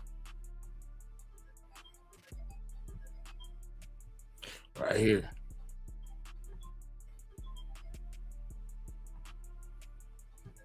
Identity is not revealed. Can they go through a back door? Can a courtroom be changed? I mean, it was being reported that TMZ had tried to get into that courtroom and were kicked out. Is there any ways, creative ways to, I mean, this is not a case that you see every day. And assuming there is really a grand jury impaneled in this investigation, are there mechanisms in place to ensure that the proceedings stay secret, that witnesses will not be identified? Is there anything to do? Yes, I tell witnesses for grand jury, we can keep your information confidential because of the criminal rules, specifically 6E allows us to do that. But if this witness gives us information that helps us solve this crime at grand jury, I always have to let the witness know it's entirely possible we will need to call you at a trial. And you're not allowed to testify under a pseudonym at a trial. We have public trials in America. We have what's called the Confrontation Clause of the Constitution, which requires that the defendant be able to confront the accuser in open court. So we have some mechanism to protect people in the grand jury process, but when you take the stand in a trial, you cannot be, you might be able to keep your name separate from the press. That's kind of rare, but I've seen that. You cannot keep your name separate from the defendant against whom you're testifying. That raises a different point. Anybody who testifies in front of the grand jury, necessarily would they testify in a trial? I've been told, right, if you testify in front of the grand jury, you're locking in your testimony. That is what you said. If it should change later on at a trial, you're going to be confronted with it, right? I imagine that's what we're saying. But is it always that the people who testify in a grand jury are the ones who testify at a trial, or sometimes you might not need to call them at a trial? Most commonly, people who testify what's in up, grand Django? juries will testify Okay. at the trial. You're right that as prosecutors, we often want somebody to go in front of a grand jury because we do want to lock them into their testimony. Remember, they're under oath in grand jury. And if they say something later in the public setting that's different, there's a process. It's a little complicated by which we can impeach them with prior statements. Certainly the defendant, if they find out about the grand jury by getting a copy of the transcript from the judge, they could also impeach that person. But it is not required that all witnesses called to grand jury be called to trial. As a prosecutor, I get to decide whoever I want to call at trial because I'm the one with the burden of proof. I'm going to be very speculative here, but assuming there is a problem with this witness, is it a symptom of what a prosecution could look like in this case? And it's so difficult to say because we don't even know who the defendants are. We don't even know what charges will there be, if any. But I do wonder if this will make it a difficult prosecution, high-profile case, a lot of eyeballs on it. Would it be a difficult case for Beth Silverman to try, assuming for the moment that she's actually the prosecutor who would go forward with the case? And it's so speculative because we don't even have a case yet. We don't even know. That's the problem. When you start with a decomposing body and no witnesses of how that body got there, at least not at first, it starts out as a very difficult case because the body might have been in the front trunk of that Tesla for hours or days, maybe a week. They're saying it was there for quite some time. They're saying it was there for quite some time. And as a result, evidence is degrading. And finding out who was there when it happened is degrading. Still possible, there's Ring doorbell cameras, there's security camera, there's people who will talk. But you're starting out with a tough case when you find a body that's been there a while. Add to that the scrutiny that comes with a high-profile case. And crazy, I don't know how much money this David has, but if he has a lot of money, then his lawyers can exert a lot. And if you just not getting here, man, you missed a lot, man. You miss them saying there's a new witness that could potentially be going to jail. You know what I'm saying? Could be the mom, could be the body double, could be the ex-girlfriend. We found out that he was looking for body doubles for a music video, allegedly. You hear me? Allegedly. This is how I feel like he came up with the Celeste lookalike, basically idea to take her to the club and all of this and all of that when Celeste was supposed to be on the live, at that time. Like he was already on it. When as far as the body double is wild. A lot of pressure and do what they can to roll marbles under the feet of the prosecution in a way that someone who doesn't have significant resources simply can't. What do you make of Morgan Roth? Why would they want him to testify? And what do you make of these alleged comments that he made about being grilled by the deputy DA on why he didn't contact police or stop the tour? Yeah, I mean, I've been accused of being a little tough in my examination and grand jury, I suppose, as well as jury. I'm trying to get to the truth. I've got a burden. I've got to make my burden any way I can legally and ethically. And so I imagine this deputy DA wants to know, where was David on certain days when this body could have been put there? Where was he? Allegedly, he's on tour, but since we don't know the exact dates, we need more information. Who was he talking to immediately before we think this child died? And after. And if you are the manager of somebody, but the thing of it is, she was already gone before he went on tour. Remember, her body was bad with decomposition. You know what I'm saying? It was bad. So she had to be already gone before he left. That's why they was moving that Tesla around. In my opinion, because she was in there the whole time, and they had to make sure, that it didn't stick one spot too long for somebody to start smelling that scent. But once he went on tour, there was nobody to move the car from place to place, which led to the tow truck picking it up, which led to it in the impound lot, which led to the people smelling the stench coming out of the car, calling the police, and them finding Celeste's body inside the whip. Yeah, I most definitely believe he knew she was gone if he didn't have something to do with it himself. Yeah, man, this whole crazy is just crazy. Body doubles, mama could be in trouble. Yeah, it's all over the place. Your source of income, or at least a large source of your income, comes from this artist. And if this artist is accused of murder and eventually convicted of murder, your source of income is shut off. This feels extensive. If we're talking about a grand jury potentially that's been impaneled for a while, in your experience, if that's true and you have a witness testifying over several days, and let's say certain media reporting is accurate that this has been going on, I don't know, a month, maybe longer, is that a sign that this is an investigative grand jury, helps with issuing subpoenas of witnesses and production of documents, maybe recommending charges, versus a grand jury whose sole responsibility is to indict someone or several people? Do you think this is an investigative grand jury or a grand jury that can indict? It's unusual. I've been in a lot of grand juries over my years, and it's always the same grand jury that hears the evidence that votes on the indictment. Certainly any grand juror who's going to vote on an indictment must have access to that information. So it's possible that the term of the first grand jury is going to end before they're going to seek indictments. Typically, then you would bring in a detective or somebody else who could summarize the testimony or the evidence that was gathered before the original grand jury. But let's recall, grand juries, even in big cities like LA, are busy.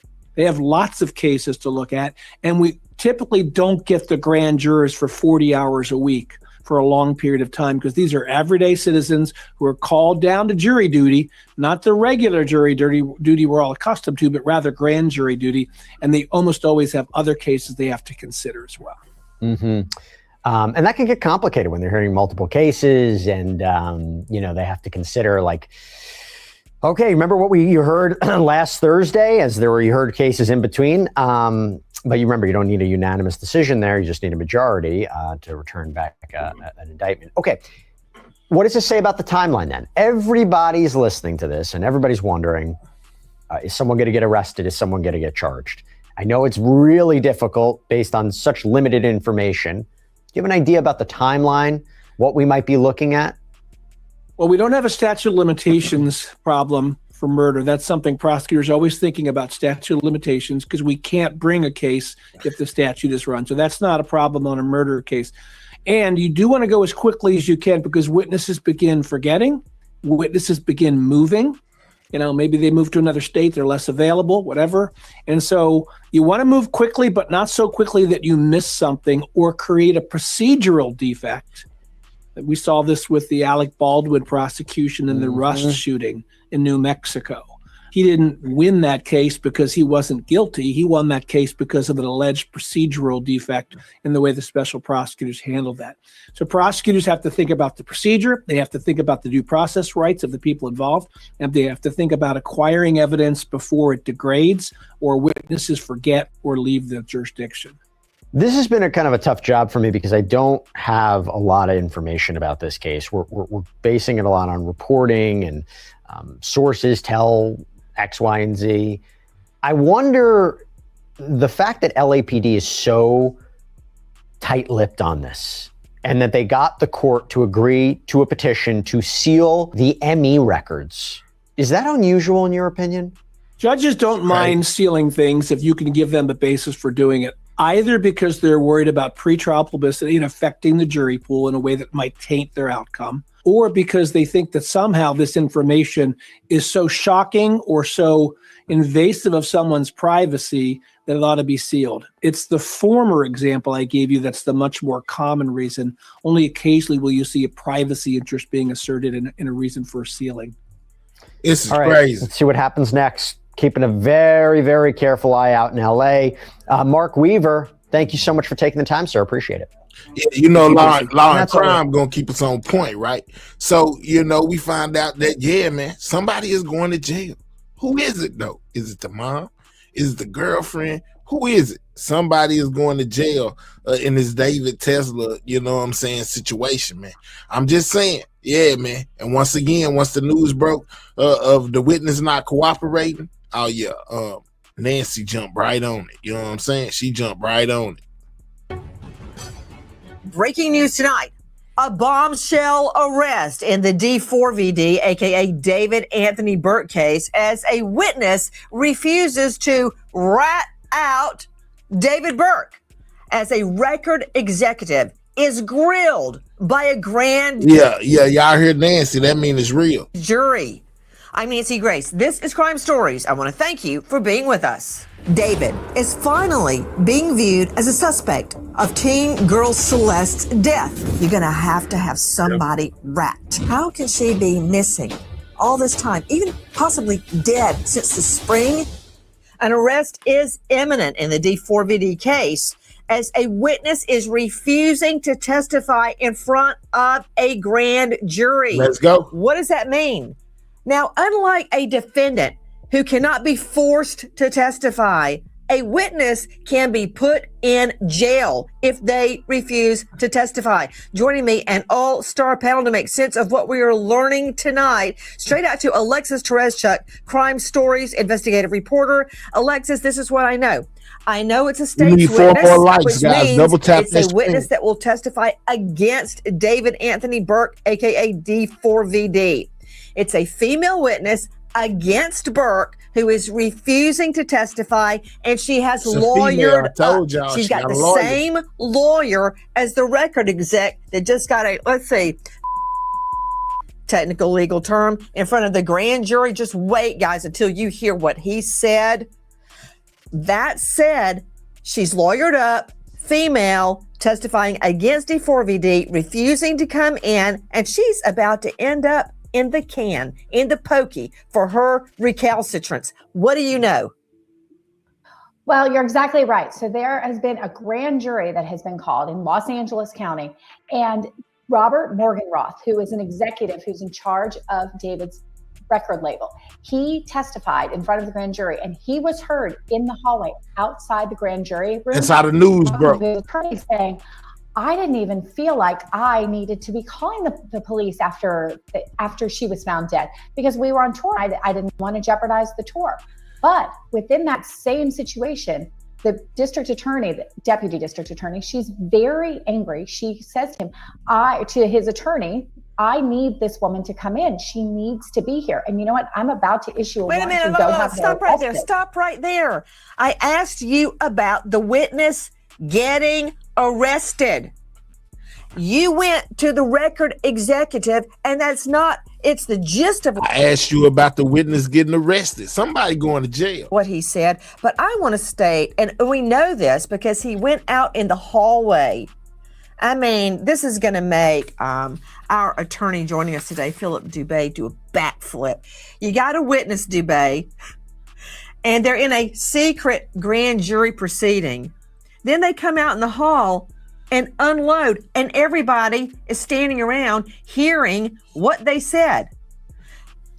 Nothing secret about that. So the record exec, he goes out in the hall after getting by the prosecutor in front of the grand jury, and he says, quote, I said, I feel like I didn't have the responsibility to call police. I just wanted to get on with the tour. So forget about the dismembered little girl and your client's Tesla. Forget about that. Let's just quote, get on with the tour. Thoughts, Dubé? Well, first of all, in the state of California, independent of mandated reporters, if you have observed either a murder or you are duty bound under California law to notify the police. If you do not, it is a criminal act, and it's 152.3 of our penal code. The problem is that it's only a 6-month misdemeanor for a recalcitrant witness. We'll get the likes over 100, guys. I need at least 3 more of y'all who've been in here that ain't hit the like button to double tap that screen or click the 3 dots, hit that thumbs up. Most definitely subscribe to the channel if you're new. Not to come forward or to notify police. So there's really no teeth in the law. Now, having said that, anybody who doesn't want to put him up, they can. Hey, look around you. Look around you. Yeah. Are you at your office or your luxury home? Where are you right now? I'm in a studio.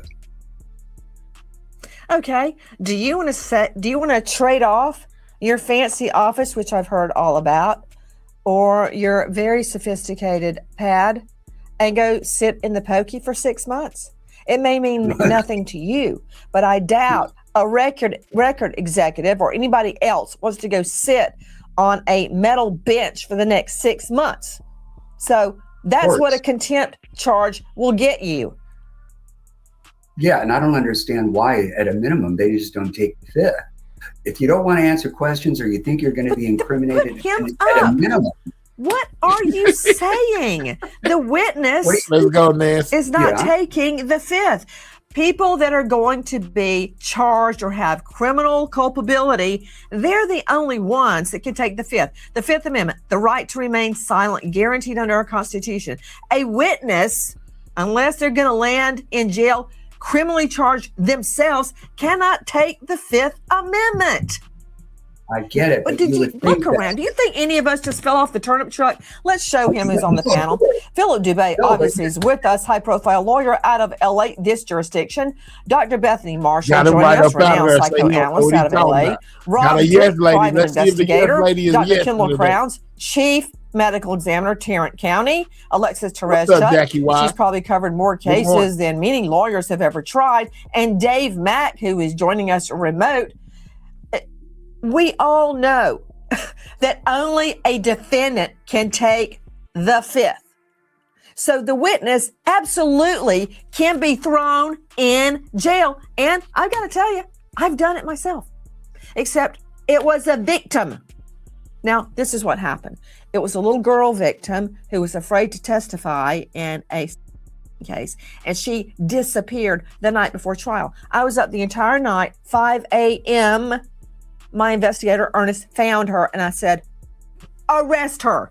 We did not put her in jail. We put her in a nice hotel, and he stayed with her outside the door until the time for her testimony, brought her to the courthouse. She testified, and then we drove her wherever she wanted to go. But she was in our custody. I don't like arresting victims, but a witness? Oh, yeah, totally. I would absolutely arrest a witness that wouldn't testify for the state. You know, when I was a new attorney and I needed witnesses in, we had the capability of getting body attachments for witnesses. And arrest the witnesses. One time I had to haul a priest in. The next morning they had him in the lockup with the collar and the whole thing, and we went off on each other. You would have never known that that man was a man of the cloth. But I needed him in, and I had the court issue a body attachment, and they hauled him in. Now, having said that, I don't know what this witness's counsel is doing out there other than maybe looking like a potted plant. But you would think that that lawyer would get on the phone to that witness and say, look, you're at a minimum looking down the barrel of a misdemeanor for not reporting this thing. At least come in. If we think you're going to be incriminating yourself for failing to report, we can take the Fifth. But don't default on the subpoena, because if you do, you're only making things worse for yourself. You know, the lawyer for the witness, the female witness, and let me tell you, a female prison, female witness has lawyered up, guys. She got her lawyer. A female jail is no cakewalk. The big dollhouse ain't all that. You ever been in a ladies' prison? It's just as bad as a men's prison. Nobody wants to go there. What? Oh, it's a snake pit. It's a snake pit. It is. So the same lawyer, Dubé, is representing the record executive, who was also D4VD, David Anthony Burke's manager. The record exec is Burke's manager, and he is the one. So this lawyer, Evan Jennis, is representing both of them. I don't know if that's a conflict of interest or not, but that's a civil issue. But she's on the lam. She's refusing to rat. The LA law enforcement is looking for her right now. Have fun with that rancid tuna fish sandwich for lunch, lady. Also, I want to get back to the record exec. He actually says the record exec could be in trouble. Yeah, the general manager of the record company, car, aka his manager. It's my responsibility to call police. I just wanted to get on with the tour. So forget about the little girl rotting in the trunk. That's basically what he said, Dubé. Yeah, and let me tell you, if that young lady, that child, was under 14 at the time, and he had knowledge of either a murder or a, that is incriminating for him not to report it. It actually creates a legal duty, as I said earlier, upon him to report it. And if he doesn't, he faces the pains of a 6-month misdemeanor. Big Red having Beaver, said that, the law requires that he actually observe it as opposed to have knowledge of it. So I would absolutely defend him on it. No. You're talking about the record exec. He didn't observe anything but himself in the mirror. The person that is under threat of arrest is the female. Hold on just a moment. Let me go to you, Dave Mack. Let's clarify. Dave Mack joining me along with Alexis Therese Chuck, Dave Mack, Crime Stories investigative reporter. The mama. Dave Mack, the person that's getting arrested is the female witness. And I'm betting that it's somebody that lives in that house that basically shacks up in there and knows what happened. Nancy, we were given a huge clue on this a couple of weeks ago when in some of our reporting, it was that the police had run that search warrant inside the house, and they were able to determine which person in that house had been sleeping in which. Look at him. Is that Celeste? Remember the one that was going in the house with the brother? And they took a picture of the face and that Nancy done blew it up. Is that her or a body double or a look-alike? Or is that actually Celeste, guys? You know what I'm saying? This is around the time she was alleged to be, unalive. Is that her? Is that somebody else? Let me know in the comments, man. Is that her? Is that somebody else? I'm just saying. They most definitely talking about body doubles in all of this. This is insane, guys. This is crazy. Room. Remember, they talked about how D4VD had this very tight inner circle. Well, there are 3 or 4 people that were with him constantly and stayed in that house with him. One of those people, I guarantee you, is a female that they're trying to get in court. There was also another tip that we had, and it goes back to when they said he had help. That whoever cut up Celeste had help. They went out, remember, on a long drive in the middle of the night, out in the middle of nowhere. Had what? He had help. That whoever cut up Celeste. That's where the multiple suspects come in there, guys. They're saying it just wasn't one. He had help doing all this. Had help. They went out, remember, on the long drive in the middle of the night, out in the middle of nowhere. Had help. Suspect. So we've got a couple of hints here as to who it is. The scary part of it is that the same attorney representing his manager also represents this unnamed female that they're trying to bring into court to testify in front of the grand jury. Okay, why do you see that as a problem, Dave Mack? One lawyer can represent 2 people. It seems odd to me that you would have other individuals not in the industry that would have the same type of attorney. The LAPD has been working on a timeline of activity for Celeste and Burke, and an insider with the police investigation says they've been able to determine that in the spring of this year, Burke took a secret trip in the middle of the night to a remote area of Santa Barbara County.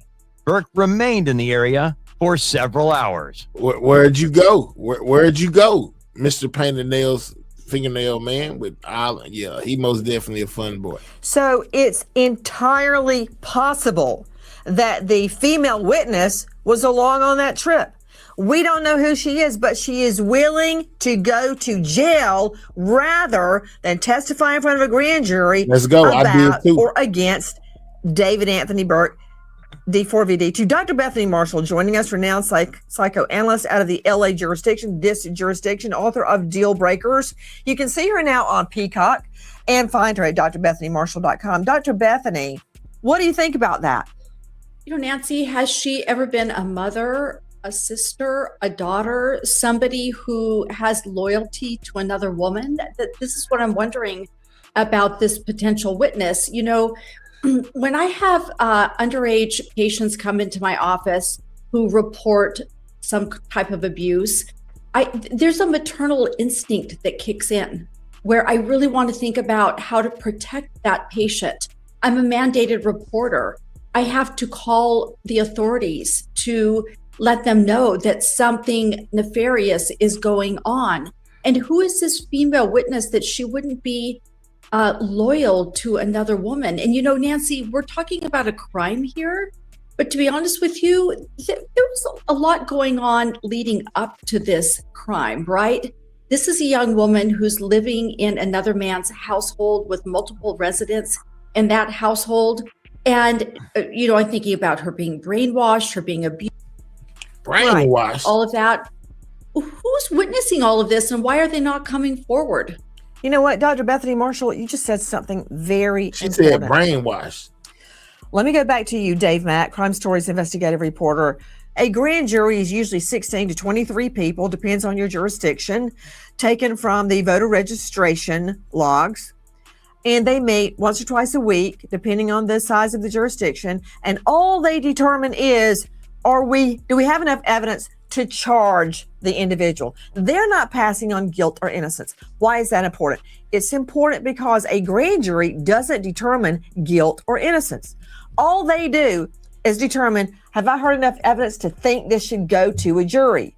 Is it possible that he did this crime. Yeah, which that's all they're get looking you at. arrested. And then they do a yay or nay. That's all it is. That's what gets Usually you a arrested. grand jury presentation lasts under 10 minutes per case. You can bring on one witness, typically the lead detective, because in grand jury, hearsay is admissible. The detective can say, well, this witness told me this, and this witness told me that. This is what the medical examiner said. The body was in his car. He was the last one with her. Bam.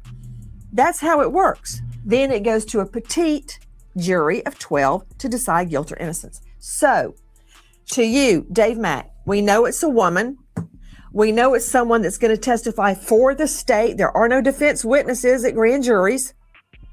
Yeah, I heard her say it was a woman. These are the facts of the situation as they stand right now. So here are our choices. As Dr. Bethany just pointed out, Dave Mack, it And could there be was someone help. that lived There was in multiple that home people that did that knows how Celeste was killed. It could be somebody that moved the car back and forth. Remember, Steve Fisher told us over and over and over. And he knows because he has amassed the Ring doorbell cam from all the neighbors, many of the neighbors, and he knows when the car was moved. He even knows who was moving at one time. Okay? Maybe it was a woman that moved the car for D4VD. Maybe it was someone, as you pointed out, Dave Mack, that went on that late night trip into the hills and stayed there for hours and hours. You know, there's speculation she was buried or hidden at one location and then later put in the car trunk. Maybe she was there for the trip. Maybe she moved the car. Maybe she lived in the house. But whatever she knows, Dave Mack, it's damning to David Anthony Burke, and she doesn't want to testify. Who could she be? What does she know, Dave Mack?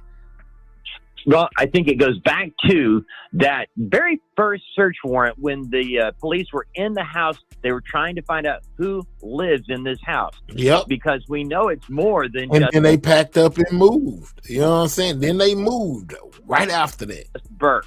And the police said they were able to identify, or maybe it was Fisher, but they were able to identify the inside circle, not the people who just travel around with Burke, but we're talking about the people who shared that rented house with him, that had their own area, their own room, their own nightstand. They identified 3 different people, I think. So you've got any one of those who was there on a daily basis, used that house as their own place to live. But also, I believe that person was with Burke in the middle of the night as they went up north to Riverside County, or San Bernardino County, Santa Barbara County, wherever they happened to have been, out in the middle of nowhere, because we were told he was there for several hours. We know they've got this digital footprint. They've got the markings for where they were. And I say they because we're going to assume here that this person they're trying to bring in front of the grand jury knows the details on what took place that night. We've got him driving out, staying in one Absolutely. Nancy said arrest them all. spot and driving back. There's one other individual besides Burke that can tell us what happened, and that's who it is. And this person, this female, does not want to do it for whatever reasons. Culpability, I don't know. But that's what we're up against right now. Well, hold on just a second. I'm going to go to Alexis Tereszchuk on digital information on the female witness, but to Philip Dubé, if she knows about any of the things Dave Mack and I have just identified, did she take that late night trip out into the woods where they stayed out there for hours and hours? Did she move the car? Was she one of the individuals that moved the car? Steve Fisher, I believe, has been told by LAPD to shut his pie hole, and he's not going to state on air who he saw moving the car, but he knows. But the car was moved several times, maybe not by the same person every single time. So why would an individual just go move? So somebody knows who was moving the car, guys, from spot to spot within that neighborhood. Well, that's why they couldn't just pinpoint it at first. That's what I was talking about when there was nobody to move it once he went on tour. That's how they got caught up. But before that, they was moving the car place to place, trying to, wait on the unthinkable to complete the car around unless they knew what was in the trunk. She could have lived in the home. She could have gone on that late night trip. She could have moved the car. She could know how Celeste died. Do you think she's not testifying because she thinks she's going to get charged? Because if she's an accomplice, they could go ahead and charge her if they wanted to. They would not be calling her as a witness if she is the target. Well, here's the thing. Even if that were the case, her counsel can demand that she be immunized. I mean, that's the whole point. If you're a target or you could be a target, then you either take the fifth or you seek immunity. And that's typically what the DAs do if they really want to get the. That might be why she lawyered up, so she can But get I that really information. think what's going on here is that this young lady either has intel or she is afraid to dime out the golden goose, if you will, because he is the cash cow for everybody involved. If he goes to prison, they don't eat. There's an old expression, and that is, if a concert doesn't close, I don't eat. You know, it's like a real estate transaction. You don't close escrow, you don't close the contract, nobody gets paid. And let me tell you, he is the golden Okay, goose. can I ask you, Dubé, what good He's is golden that goose, money, guys. that golden ticket, that paycheck? And let's not forget, we learned that his mama was a notarizer. She's a lady that notarizes like your paperwork or whatever. And his daddy is a lawyer. You know what I'm saying? At a law firm. It's crazy. That gravy train. What's that going to do for her behind bars in the big dollhouse? I understand that. A lot of these kids don't have perspective. They live hand to mouth is what it is. They're not kids. They're in their 20s. That's a I was kid holding to down me. 3 okay? jobs and prosecuting in my 20s. Stop it. No, that's a So kid do you to think me. that's okay? why she's not coming forward? She'd rather get arrested? See, no. Well, the retaliation factor is always there. The police gonna tell you, we need you to tell what you know. We'll put you in witness protection. Maybe that's the way. Maybe that's what happens with the retaliation. She say she's scared. They put her in witness protection, and she come clean or go to jail. If she were a target, she would not be being forced to a grand jury. Her lawyer, who we know who it is, would have already said she wants immunity or she's going to take the fifth. That's not happening. The severely decomposed, dismembered remains found in a Tesla owned by singer-songwriter David, identified as Celeste Rivas, reported missing more than a year ago, Lake Elsinore, California. She was identified through forensics, and a cause of death has not been determined. Crazy, y'all. This is Holidays a crazy are case. just around the Nonetheless. corner, and Hold on, let's get before past this. equity line We ain't doing no promo now. /Nancy. Finally being viewed as a suspect in teen girl Celeste's murder. Police sources believe Celeste was killed back in the spring. Her body found in his Tesla trunk. What has changed? What has happened? Stacey say they can use cameras to see who lived there. Hold on, they can use cameras to see who lived in all their comings and goings. All those people knew she was a minor, or was she having actual relations with him too? Or maybe he was bi. Well, they saying that he was bi. They say he admitted it. He looked like Will this result in murder charges? he fit the description. An arrest going down in the D4VD David Anthony Burke case. What does it mean as a grand jury meets in secret? Earlier, we were discussing digital I don't know, evidence. Stacey. Straight out to Rob Dick joining us, bounty hunter, private investigator, former deputy sheriff, Sacramento County, owner of Renegade Investigations. Rob Dick, thank you for being with us. Philip very Dubé, late. Alexis Tereszchuk, and Dave Mack have brought up a very interesting point. The witness that the prosecution, a female prosecutor, is hell-bent on getting in front of that grand jury may have traveled with David Anthony Burke, may have lived in the home with David Anthony Burke, may have moved that Tesla for him. There's any number of reasons the prosecutor may need this witness, and she will get the witness. Make no mistake about it. Even if it takes 6 months for the witness to sit behind bars and stew, she will get the witness. Don't spam the chat. That said, how can digital forensics prove what this witness knows? For instance, her phone. You think she went anywhere without her phone?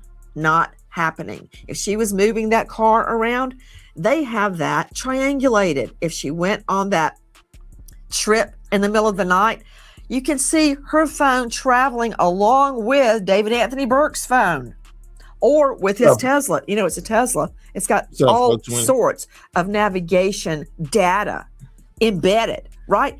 How can digital forensics nail this witness.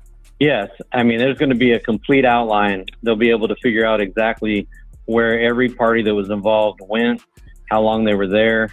They're going to be able to track them and completely show who was involved. You know, and one other last thing that I don't think we're bringing up, you know, she may have seen exactly what happened and is afraid that could happen to her. That It's is always a certainly a possibility. possibility. That's why Following she up need on witness what private protection. investigator Rob Dick just told us, joining Let's us go, now Bama is a boys. digital forensics Shout out to expert, everybody in Scott the building, man. Make sure Eichert. y'all take time to Listen to double this. tap that He is a screen. founding member of the Now hit the FBI like button. Cellular Analysis Survey Team. How does it work, Scott? There's so much digital evidence that we could pull it from computers, we could pull it from cars, we could pull it from phones, we could pull it from iPads, anything, watches, you know, ankle bracelets, anything. So as you get all that data and preserve it with the phone company and then pull it into a massive timeline locating the car, the individual, you can put those things together with this female, with the victim, with the car, with at the house. You can build that story and that visual for the jury and grand jury. I bet you to do see, like David. yes, these were there, these people were there, and these You get people as sick were as them. not. What's going But on? how does the triangulation process work? Can it be attacked on cross-examination? Although, of course, Man, I wouldn't listen to no David music to save your life. 353, 3153. I wouldn't listen to no David to save your life, man. I didn't know who this dude was before he hit the news. I'm not a David fan. I'm just saying. David needs to go to jail if what they say is true. Scott, as you know, in a grand jury proceeding, there is no defense attorney. This is not a guilt innocence phase. This is just putting evidence to a grand jury to determine is there enough for an actual indictment. So the witness is not going to be cross-examined. But how can... Okay, man, you about to get up out of here, dog. You keep on putting crazy stuff in the chat, man. You know what I'm saying? You black and you proud, you like hunters. All right, bet. Don't spam the chat, dog. Triangulation be attacked by the defense, because I believe from day one, LAPD, please tell me this is true, LAPD, has been amassing cell phone, nav system, all And sorts if that is the case, take the parents to jail too. They know better. of digital forensics to prove this case, and that means they have to find the witnesses. How are they going to do it? Find out who was in the home. What about a data dump? What about a stingray that could show me whose cell phones were in that home Thank you for 20 at for the, the time yeah. we believe Celeste Rivas was killed? How would that work, Scott? Well, let's attack this each different way. Triangulation, and now your thinking first is that you can get a specific point on the earth. Well, it depends on what kind of data you're getting from the phone company or from a vehicle or whatever. Sometimes it's GPS that needs at least 3 satellites to be able to give you a good point on the earth. You have distance from tower, measurements from cellular towers that can be very accurate if you have multiple towers giving you that data information. And then sometimes, depending on how late you're getting the data, you're just getting at what tower the phone used or the car used or something. This is a sick situation, guys. Like that, not how far from the tower. So it really just depends what data they got at that time, because you gotta remember they were working a couple weeks behind. Remember, they go to Doppelganger, the one that was supposed to be Celeste. They had her clothes on. You know what I'm saying? The lookalike, to make it appear like Celeste is still alive. So they took the lookalike to the show. You know what I'm saying? Come on, man. When look at that. That's supposed to be Celeste, guys. They was already on top of this beforehand, man. This is crazy. Yeah, this is supposed to be the doppelganger. She got on Celeste's clothes, guys. The victim's body was found. Now, you had mentioned the stingray. Now, the stingray is actually just a device to locate where phones are now, not where they were a month ago, 6 months ago. So I'm not going to be able to use a Stingray to get all of the cell phones that were being used in the home on that night. Curious. From Clips of David on TikTok. So what are the other possibilities? Well, for one thing, the nav system on a Tesla, Scott, for a nav system on the Tesla tells you so much. For instance, what, Scott Eicher? Well, the nav system is very accurate on the Tesla. It's GPS, right? And they actually have a cell phone in the car also. So if you can get several different things and all the telematics about the car itself, how fast it was moving, when it was moved, who was in the car based on the cameras. We've seen all of that already, provided or should have been provided and downloaded from the car. Now, you asked about how do we know who was in the house back in historical time? That's getting tower dumps. That's getting information from the phone companies historically of what phones or devices were in a general area of that residence at that time. Again, it's dependent upon how long the phone company keeps that data, on how specific that data is. And what did you 3153, if you had bodies in the trunk, you'd be in prison somewhere. Yeah, let's not be slow in the chat. 3153, you know what I'm saying? Talking about you had bodies. Yeah, right. You know what I'm saying? You had your own body in the trunk. You know what I'm saying? Let's be for real here, my guy. Yeah, if you had bodies in the trunk, you'd be in prison right now. So would I. If they found a body in my trunk, yeah, I'd have most definitely been in jail already. They'd be swearing up and down I did it. It'd be up to me to prove my own innocence. Why they be trying to say I'm guilty? That's why I don't understand how David is out so long. They found the whole body in your Tesla and they let you go? Absolutely not. Data that they can a tower dump. So you get that from the actual closest cell tower. Several towers. Alexis Tereszchuk. Let's go ahead and get 3153 a little old time. Let's go and give you a timeout, buddy. You sit in there and think about this crazy stuff that you put in the chat talking about is normal. This is most definitely not normal. There was a key card found in a sewer drain, a drainage outlet near where the Tesla was parked. Okay. This is from Run It Back 777. It was on Reddit. Let's go, Reed. It says Tesla. So that's a key card, we believe, to D4VD's Tesla. Where was that found, Alexis Tereszchuk?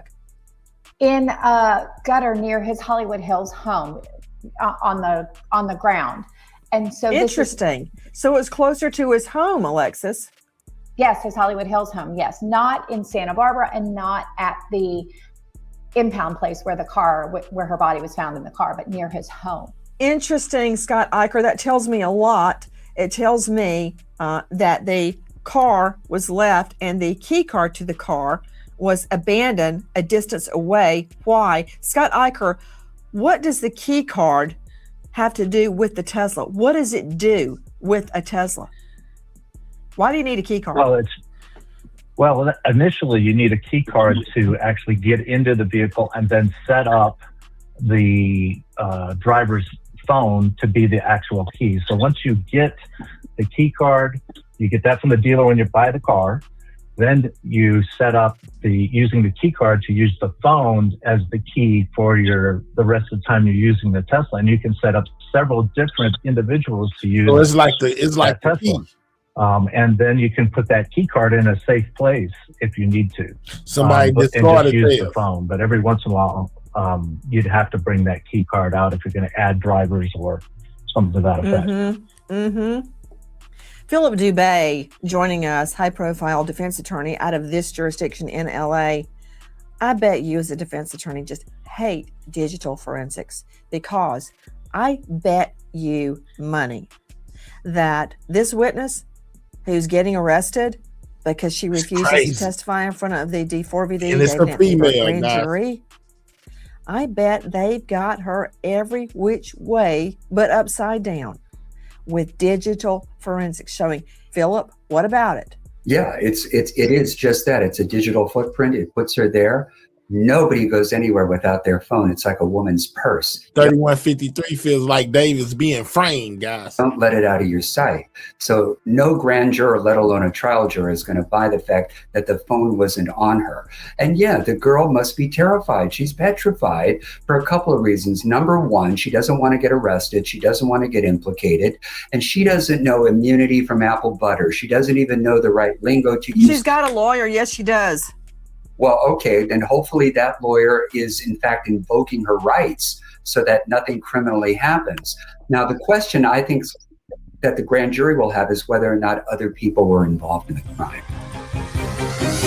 Other people were involved. They better tell what they know, or they going to jail, just like David. His trials with us. He's going to jail. You can believe that. Is being investigated as a suspect in the death of teen girl Celeste. He has not been cooperative throughout the investigation. He did it. Let's go. Kevin feels like he's guilty. Kevin said he did it. She probably was in the baby way, but she been missing for a year. And there is a witness that these young groupies get caught up in the. All right. She was not safe. She was not safe and face the consequences of another lost soul. Wow. Okay. I bet. Let's go. Crime Stories investigative reporter, the medical examiner's office is at war with the LAPD. It's very rare that happens. Usually they are in lockstep. What's happening? Why has LAPD told the medical examiners? Told them don't talk about the case, guys. The coroners have been silenced. The police department said don't give out any information. Wow. To shut their pie hole. They believe that they are releasing too much information and that this is going to affect the case, affect the specific details, whether or not she was actually completely dismembered, whether she was decapitated or not. They don't want any of this information out there because this would be showing the people that are involved what they have, and they don't want the public knowing and getting involved in all of this. But the medical examiner's office has been talking, so there are conflicting stories out there. Was she dismembered? Was she frozen? Was she decapitated? Each side is trying to keep the wraps on this, but the LAPD is very mad that these details are coming out. Joining me, Dr. Kendall Crowns, Chief Medical Examiner, Tarrant County. That's crazy, Fort Worth. y'all. He is the esteemed lecturer at the Burnett School of Medicine. They don't want the medical examiner to say a word at TCU. Can't tell you if the body was decomposed. Can't tell you if it was actually without a head. They can't tell any more information because they felt like they were putting out too much information in the beginning. So they have been silenced by the police, guys. The coroners are silenced by the police now from putting out any more details in this case. The star of a hit podcast, Mayhem in the Morgue. Dr. Kendall Crowns, thank you for being with us. There's a lot made of whether Celeste Rivas was frozen. Okay, we know from just common sense. Let's see the Tesla belonging to David Anthony Burke, D4VD, sitting in the impound lot.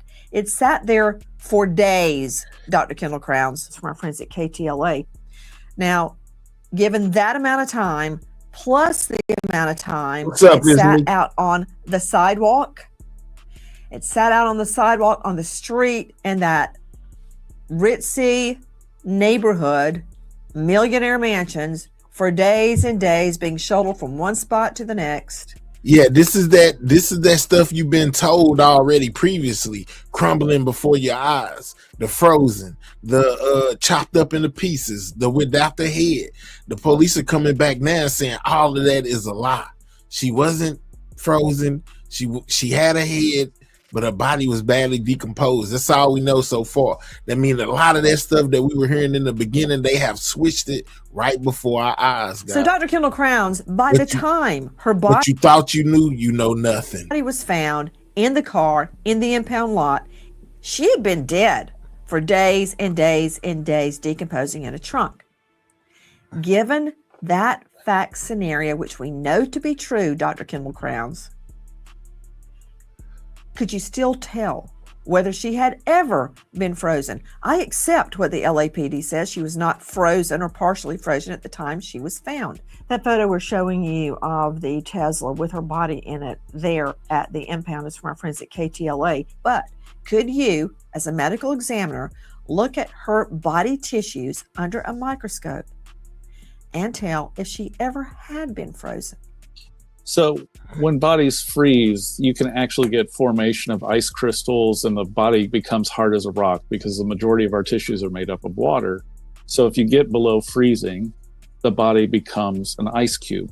But once it thaws out, there's really no changes that happen if the freezing occurred after death that you can look at and go, this body was frozen. Yeah, they still unless talking there's about still Kalika to ice this day. crystals in the heart or in any other blood vascular areas.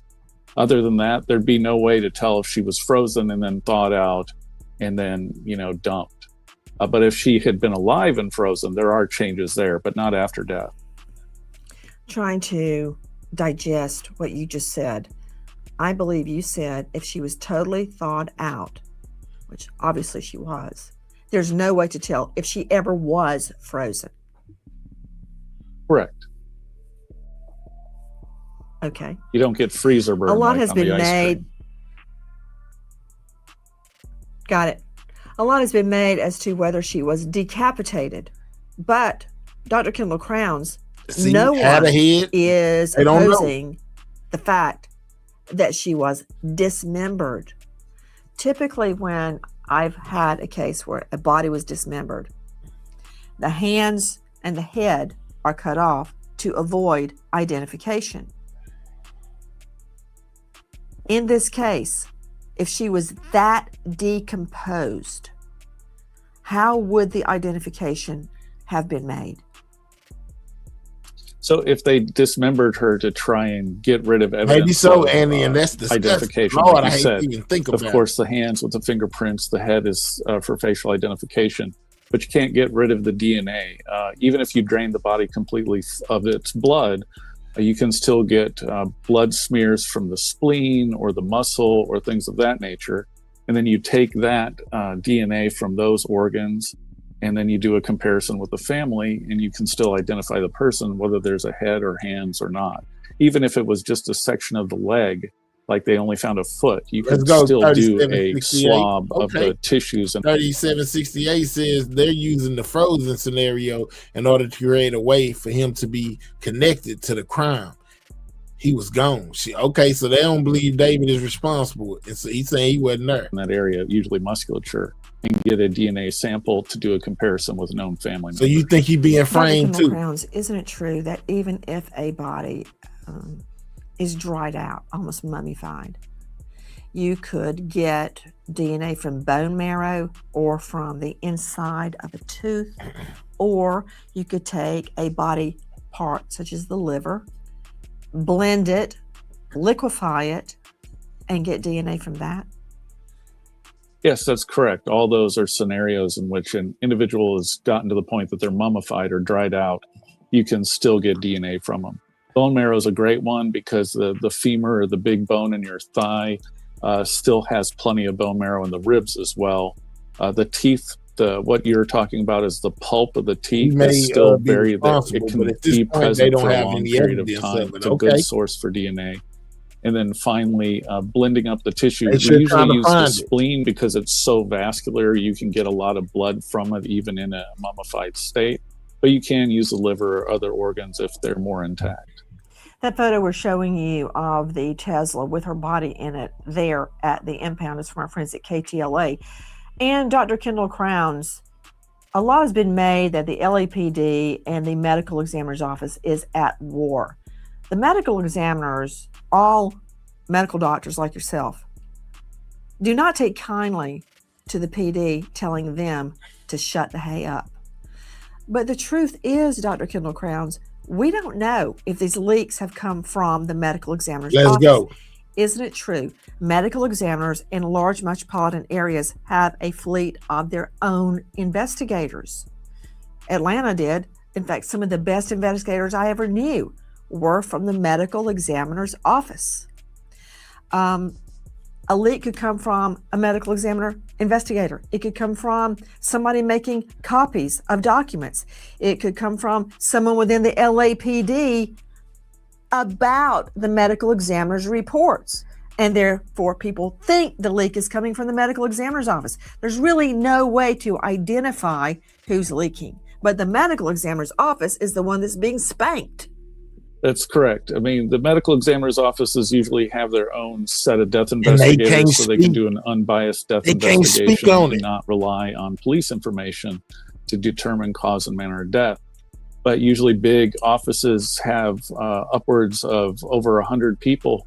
And big cases like this, that information people can talk about it, the death investigators, the autopsy technicians, the doctors themselves, and information can get out in the public. But you're correct. The police also can be guilty of leaking this information because they get the file as well, and they're another large organization with multiple people, and people talk, and this information gets out there. That's the problem with high-profile cases, is they always create high-profile problems because so many people want to know the information, and people love to talk about, oh, guess what I saw at work today? So you have to be very careful in these situations about what you say to whom, and you have to keep your mouth shut. And if the police is telling the medical examiner's office to shut up, well, you got to do what you're told, and you got to work as a team because they have to do their investigation. And if we leak information, it can actually color and bias the entire investigation and cause a lot of problems. Philip Dubé, high-profile lawyer, loose lips sink ships. Just like that witness, the record exec goes out in the hall and starts whining. Someone could have been having a beer and somebody overhears what they said, talking about, hey, guess what happened at the medical examiner's office today? Guess what I read in this report that I copied? It could be anybody that's blabbing. It doesn't have to be a paid informant. It doesn't have to be official. Anyone could be leaking this information.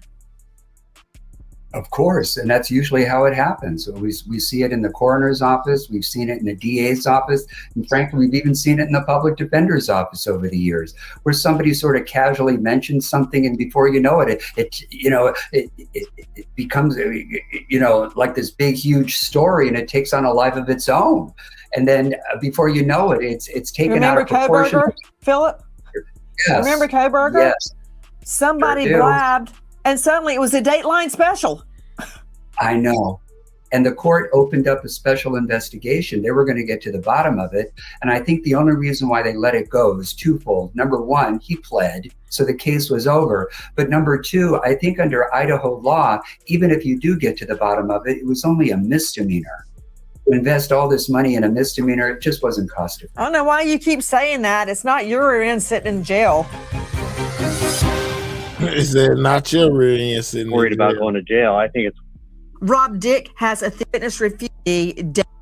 Hold up. There we go. An arrest to go down in the D4VD David Anthony Burke case, as I like to call it, the Celeste Rivas case, a witness refusing to testify. Why? What does she know? Rob Dick has a theory. What? I think it's not so much worried about going to jail. I think it's worried about what she's seen and the same thing happening to her. I mean, it's a possible fear in her own self. She could end up like that. You know, Bethany Marshall, let me follow up on what private investigator Rob Dick said. Afraid it's going to happen to her? Well, you know what? She wasn't afraid to go along for the ride to, for instance, live in the mansion, be on the dole, eat out at fancy restaurants, go to concerts. Afraid of what?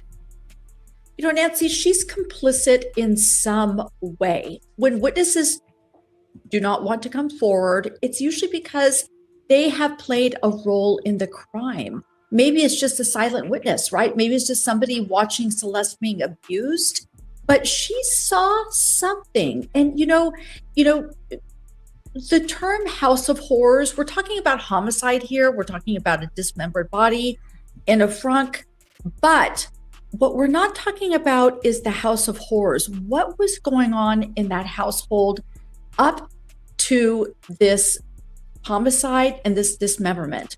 Were women being dominated? Were some women dominating other women?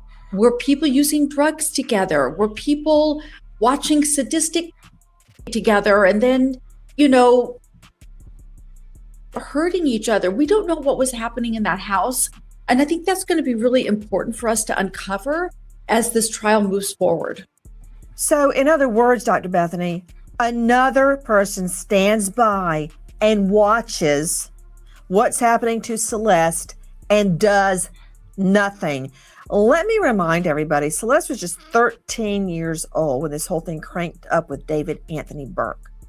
She's dead, dismembered, turning into nothing but goo. And someone doesn't want to testify? It's crazy. Really? Someone that potentially this stood is by the lookalike. and watched all this happen and did nothing? Your guess is good as mine. That person, Bethany? You know, Nancy, I'm a mandated reporter as a marriage, family, and child counselor and as a psychoanalyst. If I see something that's being done to a minor or to a child, I have to report that. I don't have to investigate it.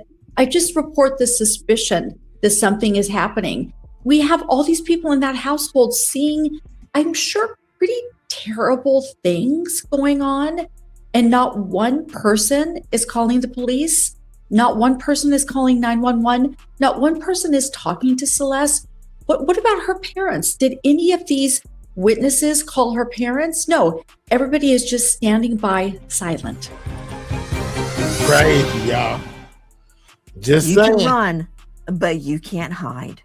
They gonna give them somebody going to jail. Knows you, your name, your DOB, your SSN, social security number, your address, your mama's name, your brother's name, your boyfriend's name, your tag number. Name. Go ahead, go in, go under oath, and tell the truth. A little girl is dead, and you're refusing to testify. And you know another thing? To D4VD, David Anthony Burke's manager, shame on you.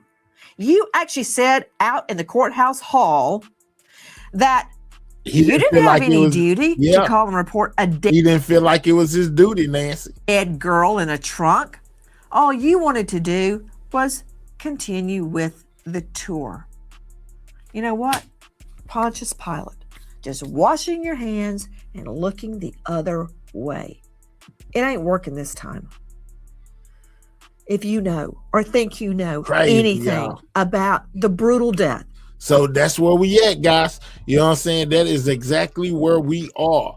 There is a female looking to be arrested, reported as a witness that refuses to testify. You know, people are speculating it may be his mom. People are speculating it may be his girlfriend, and people are most definitely speculating that it might be one of these lookalikes, you know, that knows what happened, that was around. We also found out that before her body was found, David was running around here, you know, looking for lookalikes that he claims was for a music video. I think that's how he bumped into the lookalike of Celeste while he was filming the video, or, you know, recruiting people to be in the video, meeting these girls that had similarities to Celeste. I also think that may have been one of those body doubles that was wearing her clothes at that show. And if what they tell me is true, is like this was a deliberate plot to cover up Celeste's unaliving, guys, or the fact that she was unalive. You know, we found out that they believed that he had help. He did not do this all by himself. He had help along the way. You know, may been that body that we seen, or that figure that we seen him carrying out that house on the last video I did on this, where they showed somebody coming out the house carrying something that was wrapped up in like a blanket. You know, it had some form of cover on it, so you couldn't see exactly what they were holding. Yeah, they also say that the PI, the private investigator, has figured out who was moving the Tesla around. Was it David? Was it his manager? Was it somebody else? We don't know, because they speculate that the police have told him to keep his mouth closed, like they told the coroner to keep their mouth closed and don't put out any evidence in this case. Y'all already did too much talking. So we're going to have to stay tuned, man, to see who's going to jail and why. We found out that the manager was overheard outside of the courtroom saying that he was being grilled by the prosecutor asking a whole bunch of questions, that he didn't feel that he was obligated, to basically asking, she was asking him why he didn't call the police. Call the police for what?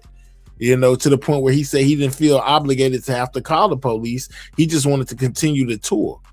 So what was he not feeling obligated? You know what I'm saying? Why? What situation could it other besides this could it have been that they were asking him about where he said he didn't feel obligated to call the authorities? He just wanted to continue on with the tour. Woo-wee, man. They saying help. It's looking bad on him right now. That's all I'm saying. David is looking bad on you. If you ask my opinion, I think that David if he didn't have his hands directly in it to where he the one that did it, I feel like he know who did it. And they were they were saying he was the money. So people was doing what they had to do to basically try to get the pressure off of him, the heat off of him. Let's not forget that his daddy is a lawyer. You know what I'm saying? Is experienced in the law field. So that may be why he's being able to be out. And they're taking all these extreme measures, to find out, what exactly is going on, man. Seems like a cover-up. That's all I'm saying. Something going on. This is crazy. Body doubles and all of that just really blew me away with the body doubles. Wanted somebody that looked just like Celeste, putting them in the music videos. The sequencing of the songs, romantic, unalive, followed by sleep well, come on, man, and then all of a sudden we get this whole mystery with somebody being unalive. Yeah, I most definitely feel like David had something to do with it.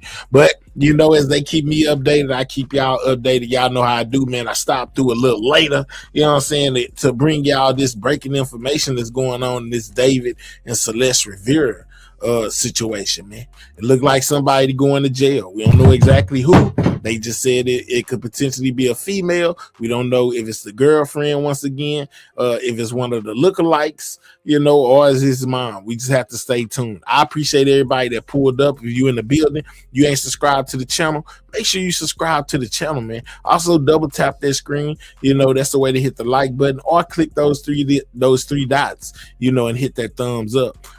But yeah, Ballin', it's a crazy situation. Most definitely keep my eye on it. You know what I'm saying? Next time I get more information, I most definitely go live. Y'all stay tuned. Make sure you turn your notification bells on to all so you don't miss anything when I go live. The mom. Hey, you gonna have to run it back, run it back. It's crazy. They speculating that it could be the mom that get arrested too, because at one of those shows, they're suggesting that in that picture where they was suggesting that it was the girl, it was Celeste. If come to find out, they feel like it's somebody else, a body double, one of the body doubles. And basically after the show, the mom, the lookalike Celeste, allegedly took a picture. So whether it was the lookalike or whether it was Celeste, all of the family they all took a picture. The brother was in the picture as well. The police are trying to figure out, basically the timeline of when Celeste passed away. And that's a crucial point, because if that wasn't her at that show, that means she could potentially have been already gone. And it could potentially prove, that he was using these body doubles to try to throw the police off. So we have to stay tuned. The police won't even investigate crimes against you. They'll ask you why you think someone would do something like this when you show up to the station with evidence. Okay, I bet. Well, we gonna most definitely stay tuned, man. Shout out to all the new subscribers, my old subscribers. Shout out to all my members, the new ones as well as the old ones. You know what I'm saying? And shout out to my moderators for keeping the chat running smooth. I most definitely appreciate y'all. I think someone in his entourage heard her. Well, they said it was multiple people. Yes, 2008. They said that they feel like he had help.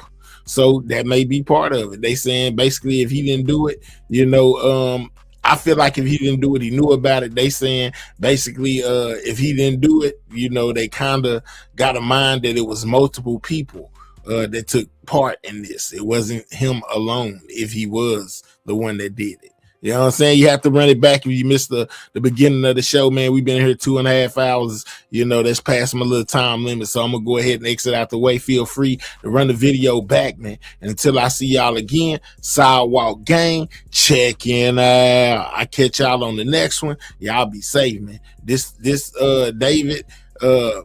David and Celeste Rivera situation is most definitely crazy and most definitely worth checking out, man. I'll catch y'all on the next one. I'm gone.